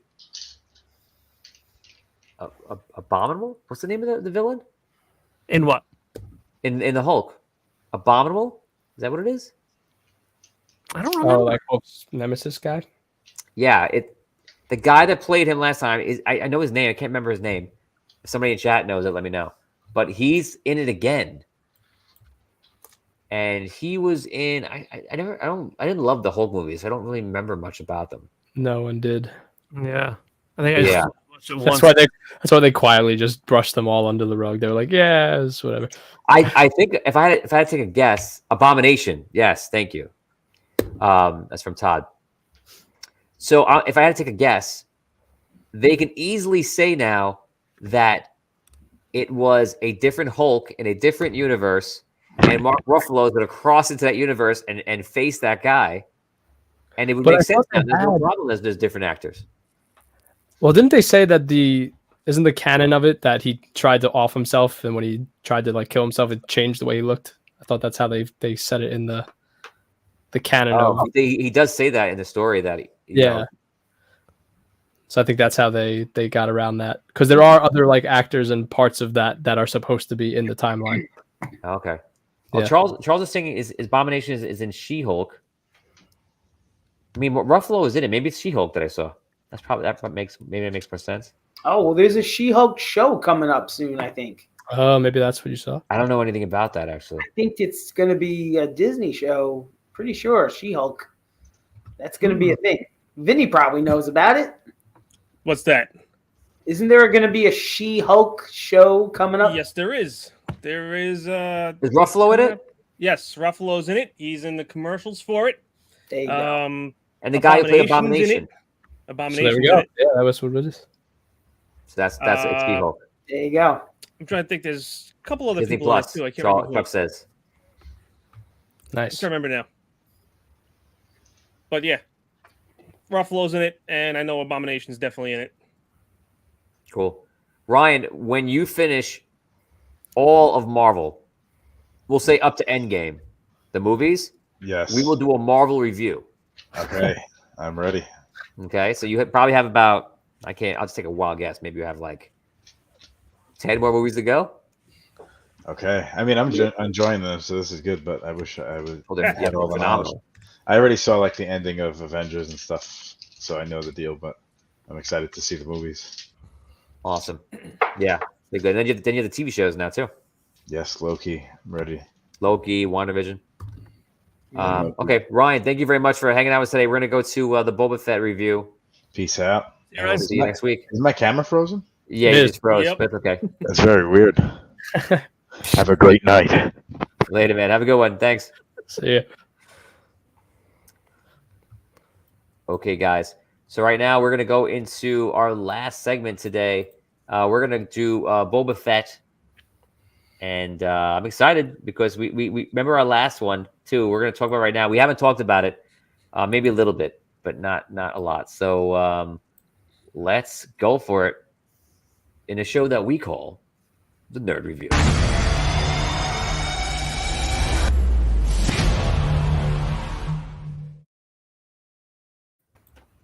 Hey guys, what's up? Welcome to the Nerd Review. I'm Tony Hansen, joined by Dan, Vinny Pro, Liam, and Damien. And today we are going to do Boba Fett season 2. One. Oh my god, I think of One. Mandalorian. That's Season, what season it was one. like the Mandalorian, right? Mandalorian season. Yes, that literally just confused me again. So it was Boba Fett. Of course, it was season 1, but it didn't feel like Mandalorian, as Liam was joking earlier. Like I think we season just call it 2.5. Mando Fett at this point, right? Mando That's Fett. really So let's what go it over, was. it, guys. Let's go around. I'll start with myself. Last time when we did it, we did a up to episode 4, I think. Correct. And now we finished it up to 7, of course. And I felt that something big was coming and it was going to change the entire series around. That did happen. It went in that direction. And I was very happy with what happened. And there's a couple of things at the end we'll talk about, which I know we have a lot of things to talk about with the right? If you know. Oh, whatever. Who Nonsense cares? You know. Oh, sorry. That's like the least interesting thing about the show. It was the least interesting thing about that But show. one of the you're right. most distracting. It was very distracting. How could it be distracting? Let's go around. I loved 5, 6, and 7. If I package it all together, I love the direction it went. I would say I definitely got a lot of the feels back, a lot of cool things we saw. I thought it was good overall. What do you guys think? Yes, I liked it as well, very much. Yeah, it was good. No complaints. I'm sticking with my 50-50 review of the last time still. There's a lot that I liked and still a lot that I hated. And I was like, ugh. So, Dan? I liked it. I thought it got better as it went, but I don't know. Like the problems I had with the first few episodes, like I still kind of remember. Like in the end, I just kind of feel like Boba Fett. The Book of Boba Fett should have been like, I don't know, an hour and a half to 2 hour movie, and the rest of the season should have just been like season 3 of The Mandalorian. I really think they something happened, and the end of episode 4 was a retconning, and they just slapped the scene in where he's like, we got to get Mando in here, and they just took episodes from what was supposed to be the next season of Mandalorian, and they made them work. Yeah, I feel the same way. I think they were doing it, and I've done a lot of music videos in my day, and there's many times when you're doing scenes, and if you don't got it, you start condensing. What are you going to do? And I think I agree with that. I think they didn't have it. I think they came down to 4 solid episodes, and if you notice, even in 4 episodes, some of it felt D&D-ish. We're like, okay, I make my way to the mayor. Okay, we're gonna go to the mayor. The mayor's not there. Okay, I'm gonna go to the bar, the tavern. I was like, I love this because it's Dungeons and Dragons, so I'm not complaining. But it feels like they got nothing here. They're just showing you some stuff, and it feels very open. And there are some times they want to be open. You can see they want you like the whole episode 5, which was phenomenal. The director did an amazing job, and that one felt relaxed. I didn't feel like I was on like the roller coaster. I felt like I had time to enjoy it. And maybe they were doing that also in 2, but I don't think so. I think they had nothing. And I think that they probably had 3.5 good episodes of Boba Fett, and then nothing after that. See, I'm doubling down on what I was saying the last time, right? So they got this character who's, who's like in his 50s, right? I think we figured out he's almost 50, I think, at this point in his life, right? And he's past, let's be honest, he's past his heyday as like a human bounty hunter, so like they have this guy and they got this great story for him, and they're like, we can't really have him running around and like doing what he would do best. So let's turn him into the guy that's in charge, and then we're gonna get Mando, who's the guy who's in his prime, and make him do all the cool crap that Boba Fett should have been doing, and be like, this is what Boba should be doing. But now Boba has him working for him because now he's old and now he's smarter, and I don't have to do this crap no more. He's also changed a lot too. I mean, yeah, obviously the character they changed the character a lot in the series, and a lot of people I think had a problem with that. I didn't care. I still enjoyed the show. It didn't bother me, but Boba Fett is supposed to be this bad bounty hunter guy who doesn't mess around, and then by the end of the show he's like a family man. He's caring for everyone, and he's a different person. It's like he's gone into retirement. That's exactly my point. Like he knows that he's past his prime, right? And I can't be doing this anymore. So I still need to make some sort of money, and like I know what I know, and I'm going to use it to my advantage to have. Why not have these people working for me who are younger? But not for nothing. If I didn't know how old he was. They're saying he's 41 years old in the movie, supposedly, like the character. But he's not playing it. It's not played as a 41-year-old. No, like, because the actor is 61 years old. I know, and it feels like a guy, at the best in his mid 50s, or not. It doesn't feel like a 41-year-old. I feel like a 40. If you're a trained guy, you're athletic, you wouldn't be that bad. We don't know the gravity on Tatooine. It might be real dense, so you age faster. It's Well, there is a whole thing with like the aging, but like for clones and stuff. But that's neither here nor there, because they always say he's an unaltered clone. So like that just kind of like throws all that stuff out the window, Right. Right. The other clones that magic keep aging faster their entire life. Is that how it works? Initially up front, but it's like a dog, real fast, and then they're in their prime. When they're in the first part of it, then they let them slows down when they reach adulthood, I believe. Yes. Yeah. Right. But yeah, I don't know. Yeah. I was. Let's carry on with this, because I'll be on the whole I don't know phase all night. Gotcha. So how about that technology that we're gonna have the same actors for the next million years, because they can just make robots of them all. Oh my god! I think they improved upon it. It was pretty good. Well, yeah, for sure. Like, they got the kid that does the deep fake videos working for for Lucasfilms now. So like, how could it not improve? That's you know. That was great. I thought Luke looked awesome, and he looked fantastic. Those episodes, I mean, those 2 episodes, that 5 and 6, like they were amazing. They were just great. It was so special to have Luke and R2 and Grogu all hanging out and all that stuff. I thought it was wonderful. I was a little shocked when they went into like that episode 6, and they did the whole Grogu storyline, and I was like, I really thought they were gonna wait to this for like Mando 3. Like I thought he was they took from that. I honestly thought like episode 6 was gonna be like, okay, I gotta go settle my do my thing, and then like I'm going to my ship to go do my thing, and then all hell breaks loose and I can't go and do my thing, you know?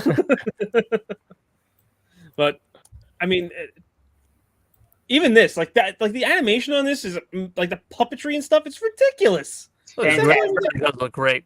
Like there was no point, like with the deep fakes, there was no point that where I was kind of like jarred out of like the experience of watching the show. Like it was on like the very edge of the uncanny valley, but we're almost out of it. Almost out of it. Right. Great point. So when Leia came up in Rogue One. In Rogue One, I was like, ooh. And some people were like, it's really good. I was like, I don't think it was good at all. I think it was terrible. Yeah. And that really bothered me, and I was upset about the technology. And I was like, I thought we were past this, you know. So that wasn't the case. So I thought she looked pretty good, actually. I thought it was a little too weird. For what it was at that time, that was great. It was great. Yeah. Now you look at it, about what it was. I didn't care about what it's good at the time. I cared the fact that it bothered me. Didn't really bother me. It was Uncanny Valley Central. It was just not human enough. It was like, this is something's wrong here. Tarkin as well, too. Yeah, Tarkin was rough. Tarkin was rough. I like he was. There was something about that. Yeah, I thought she was better than him. So like this whole scene here, man, like this, I loved like that whole training montage. Like they brought it back to like, instead of it being him dragging Yoda, you know, and Yoda like yelling at him to do what he's got to do. Like, you know, now he's like, okay, this is what we do. Yeah. And when I found out the voice was AI too, like as someone who does audio for a living, I was like, okay, that's pretty good. You could tell it was a little weird, but it was pretty good. The voice was straight AI. I was like, holy crap. Crazy. I think for the most part, so when Luke appeared in season 2 of Mandalorian, it looked, for me, I was like, okay, we passed the point where I'm upset. I'm comfortable with it. It could be better. Yeah. And I didn't know if it was going to get better than that. And this one, I was watching it, and I'm like, I'm happy now. Like I see, and a couple of scenes where I see something a little bit odd, but I'm like, no, I'm still happy. It's not his face that's odd either. Like it's things around his head. No, it's like things around his head sometimes will be like weird. Like you'll see like little catches, like things with like his hair or like background stuff doesn't sit right, you know? Yeah. I always think there's something just like it's not as like you said, we're just at the edge of the it's like a 1% with it's like the shading and the light on the face. It's just we're so lucky to have what we got. Come on. Yeah. Anyway, all right, we're totally getting off track here now. So all right. So episode 5, right? Hold on, you want to just start there? Part of the show. Yeah, I know, but we're talking about the show itself. We're not just talking about Luke's CGI. this was a whole thing. Also, that the guy who did the deep fake who did it better than they did. Well, that's the guy that's doing the I know. It's the guy that did it now. Thank God they hired him because he's amazing. I hope they go back and actually improve on these scenes. I think they could, right? They've done it in the old movies and stuff. Like, why not? You know? Yeah. Look how much better it is. The eyes were the whole problem here. Yeah. Wow. Yeah. These eyes totally off. Those eyes look like I'm playing Mass Effect. Yeah. And Karth is talking to me about something I don't care about. And this looks like Luke Skywalker. It looks like something, you see like something's a little funny, like maybe it's a little bit digital, something like that, but I don't care. But it looks like him. Yeah, I'm happy with that. A lot. It's great.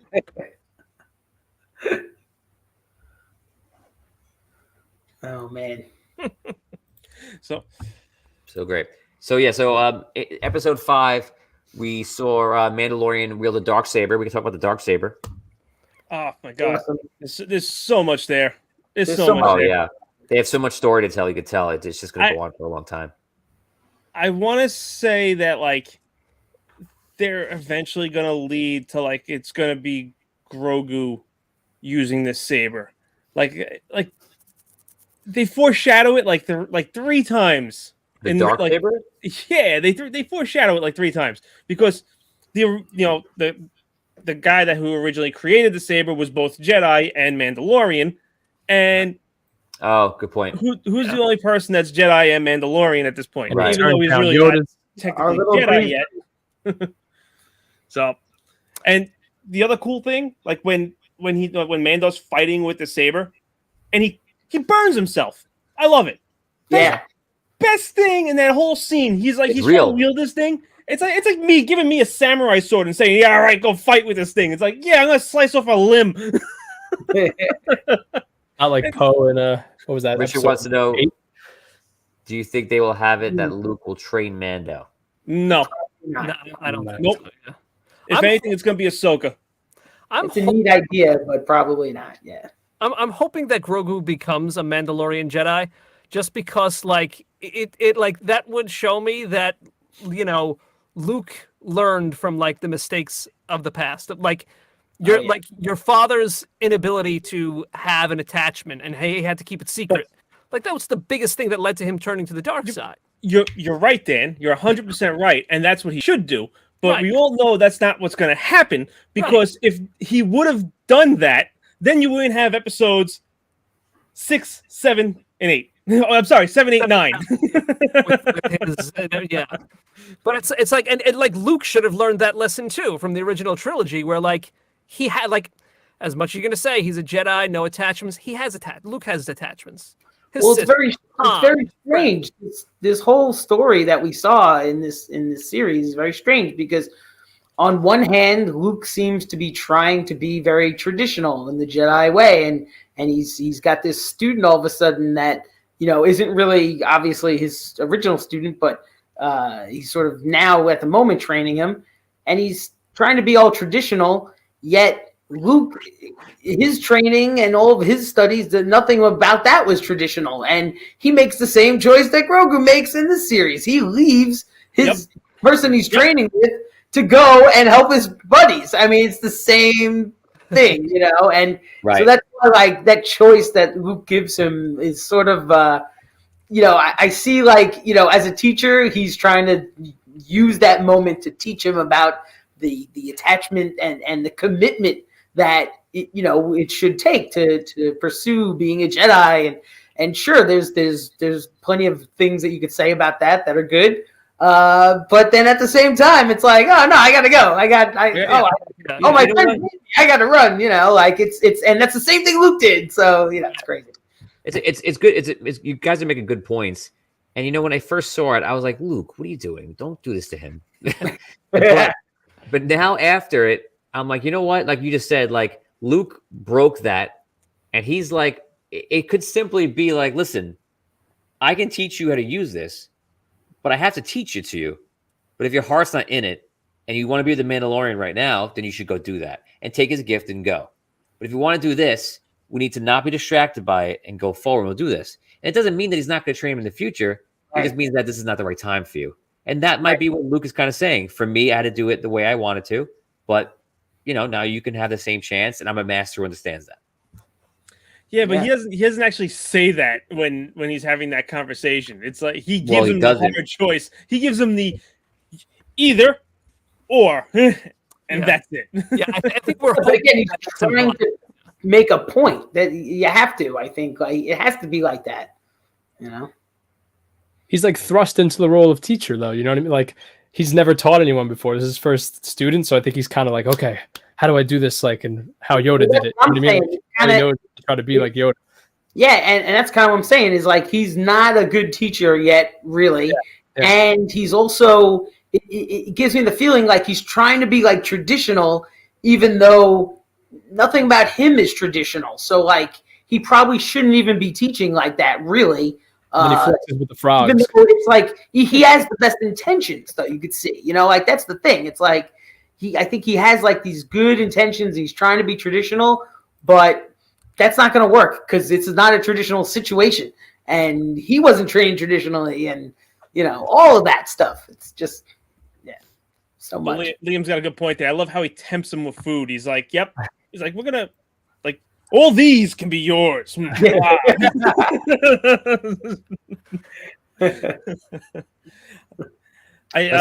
Let's talk about another big part of the new series, which was the Rancor. Obviously, the Rancor was kind of huge. Dan is the Rancor. Looks like me. I loved what they did with it, but I hate that they made him King Kong.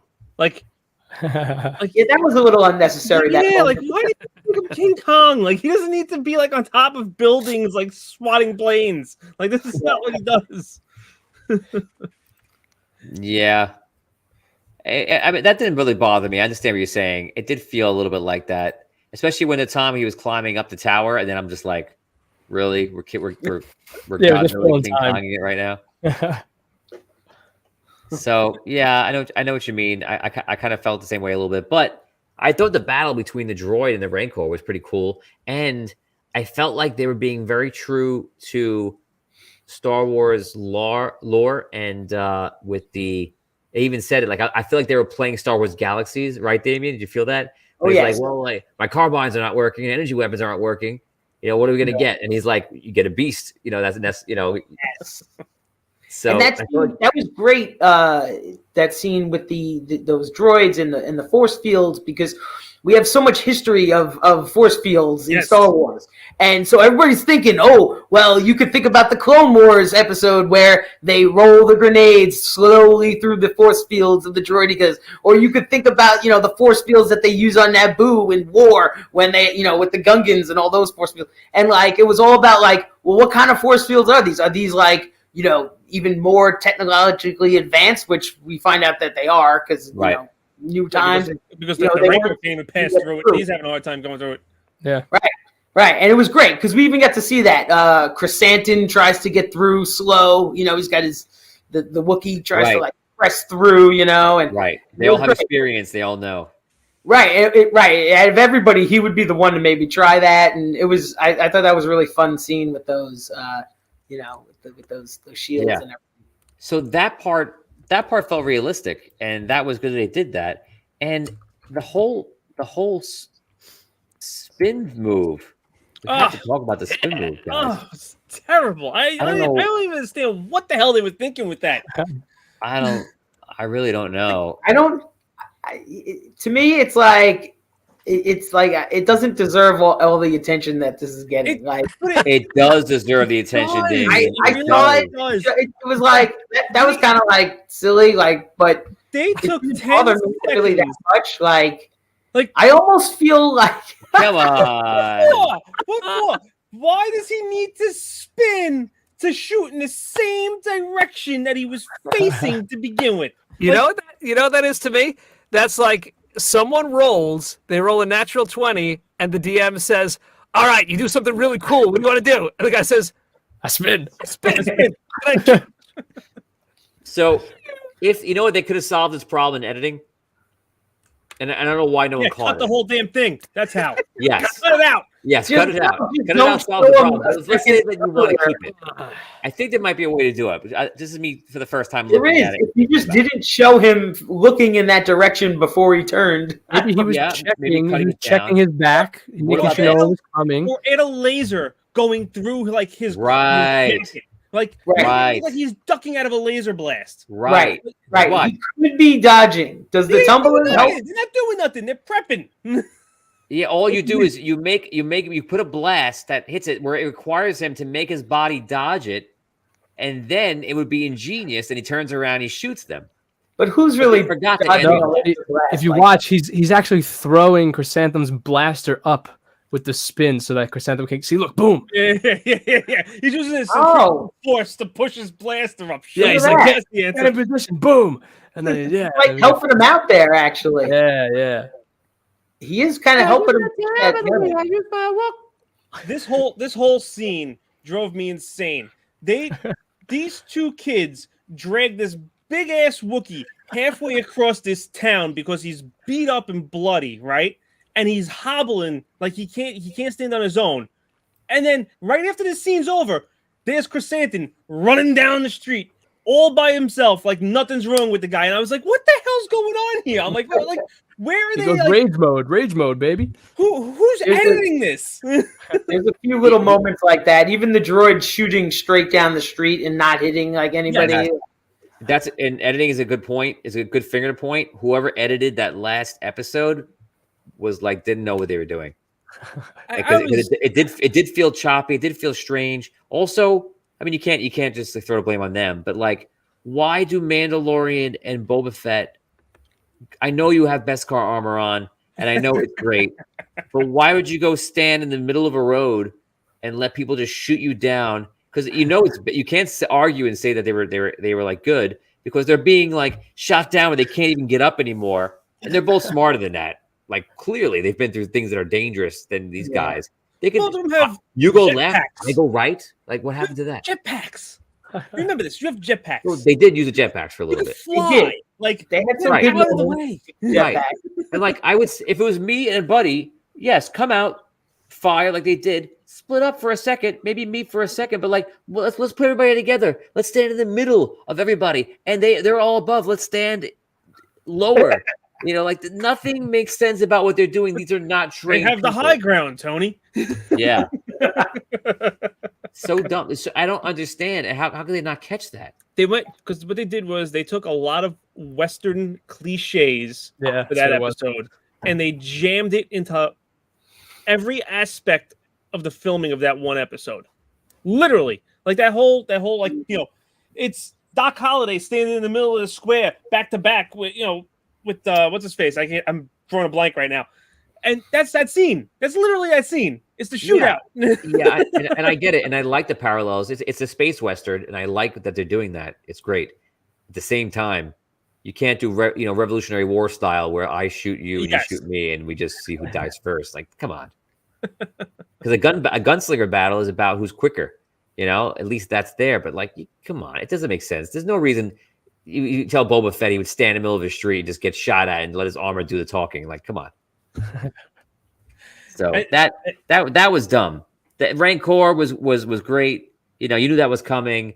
The Gamorrean guards dying, that's a shame, but they were cool that they brought him in. The mods are a little silly to me. I hated those a little bit. They were such a waste. It's such a waste of characters. Yeah. Like It's forced in And there. their speeders don't really seem to go that fast. yes, not at all. Not at all. I thought it was a cool idea, but like not on Tatooine. Like I could see something like that happening Coruscant. on Coruscant. Yeah, Yeah. It's to have very Coruscant-y, right? brightly colored speeders and these like Correct. these cool mods. Yeah, that's Well, cool. maybe that's why these mods kind of stink. Because this is the backworlds mod guys that haven't made it yet to the cool planets. They're like But the Dr. problem is their paint jobs are great, but their tech is It's terrible. garbage. But the body modding is obviously amazing, through the roof, because they now they do it twice by the end of the episode, and apparently it's good. Can we talk a little bit about the Easter egg, a little bit of the Easter eggs that were in there? I mean, like Sure. Mando's ship, like bringing back a Naboo starfighter. I was like, whoa, here we go. Like that's Yeah. That was a surprise. Again, that was episode 5, like the holy I was like, what episode, the- And then when he exits the Jawas to like get the parts for him, Yes. it's the bar that Yeah. Han, Luke, and Leia used to like jam the compactor together. Like I was like, this is amazing. It's complete fan service, and this is what this series needed right now. Because if they had another episode like the others, I was like, oh man, this is like really out. I feel like they knew that, I agree with Liam. They filmed it. They didn't have enough. They talk about it in a meeting, and they probably go, we don't have enough. But if we don't tell the story, people are going to be like, they did a story on Boba Fett and don't tell us where he was. Like, it's impossible. So I think they just compressed it down. They told the story they could, and then they did what they could to make it better, to pick it up. And they finished it off with Mandalorian, which adding Mandalorian there is great. it did seem like too much. People were making the joke with Leonardo DiCaprio when he's sitting in the chair and he goes up, and he's pointing at things out, and they're doing it for cameos, and they reversed it, and someone did it for seeing Boba Fett. Like Boba Fett made a cameo and it showed like, there's Boba Fett. He became what the character is, the guy who shows up every once in a while and looks menacing. Yes. Yep. Yes, 100%. And what's it called? Damien, the droid. BD. BD, thank you. I always forget his name. The BD droid from. I literally did the Leonardo DiCaprio when I saw that droid walk on the screen. I was like, up. Fallen Order, right? That's the game, right? Fallen Order, yes. Yes. Yeah, Fallen Order. Great droid. Very cool. So I was. Go ahead. No, okay.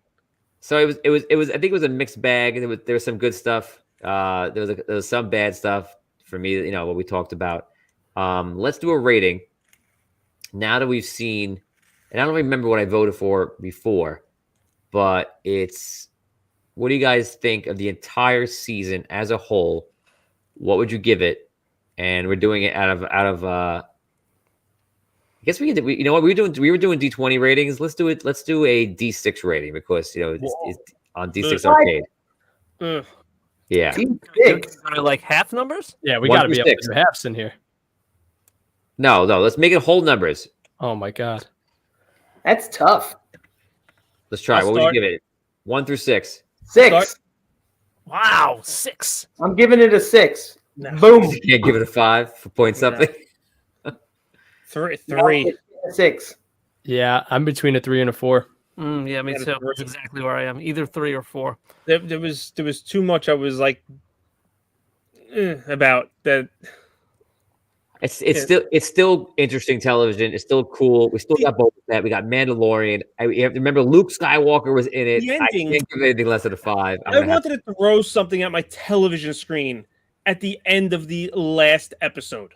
Like I was totally like, this is over. Like this is how they're ending it. Like the gun battle stops, the street battle stops. Right?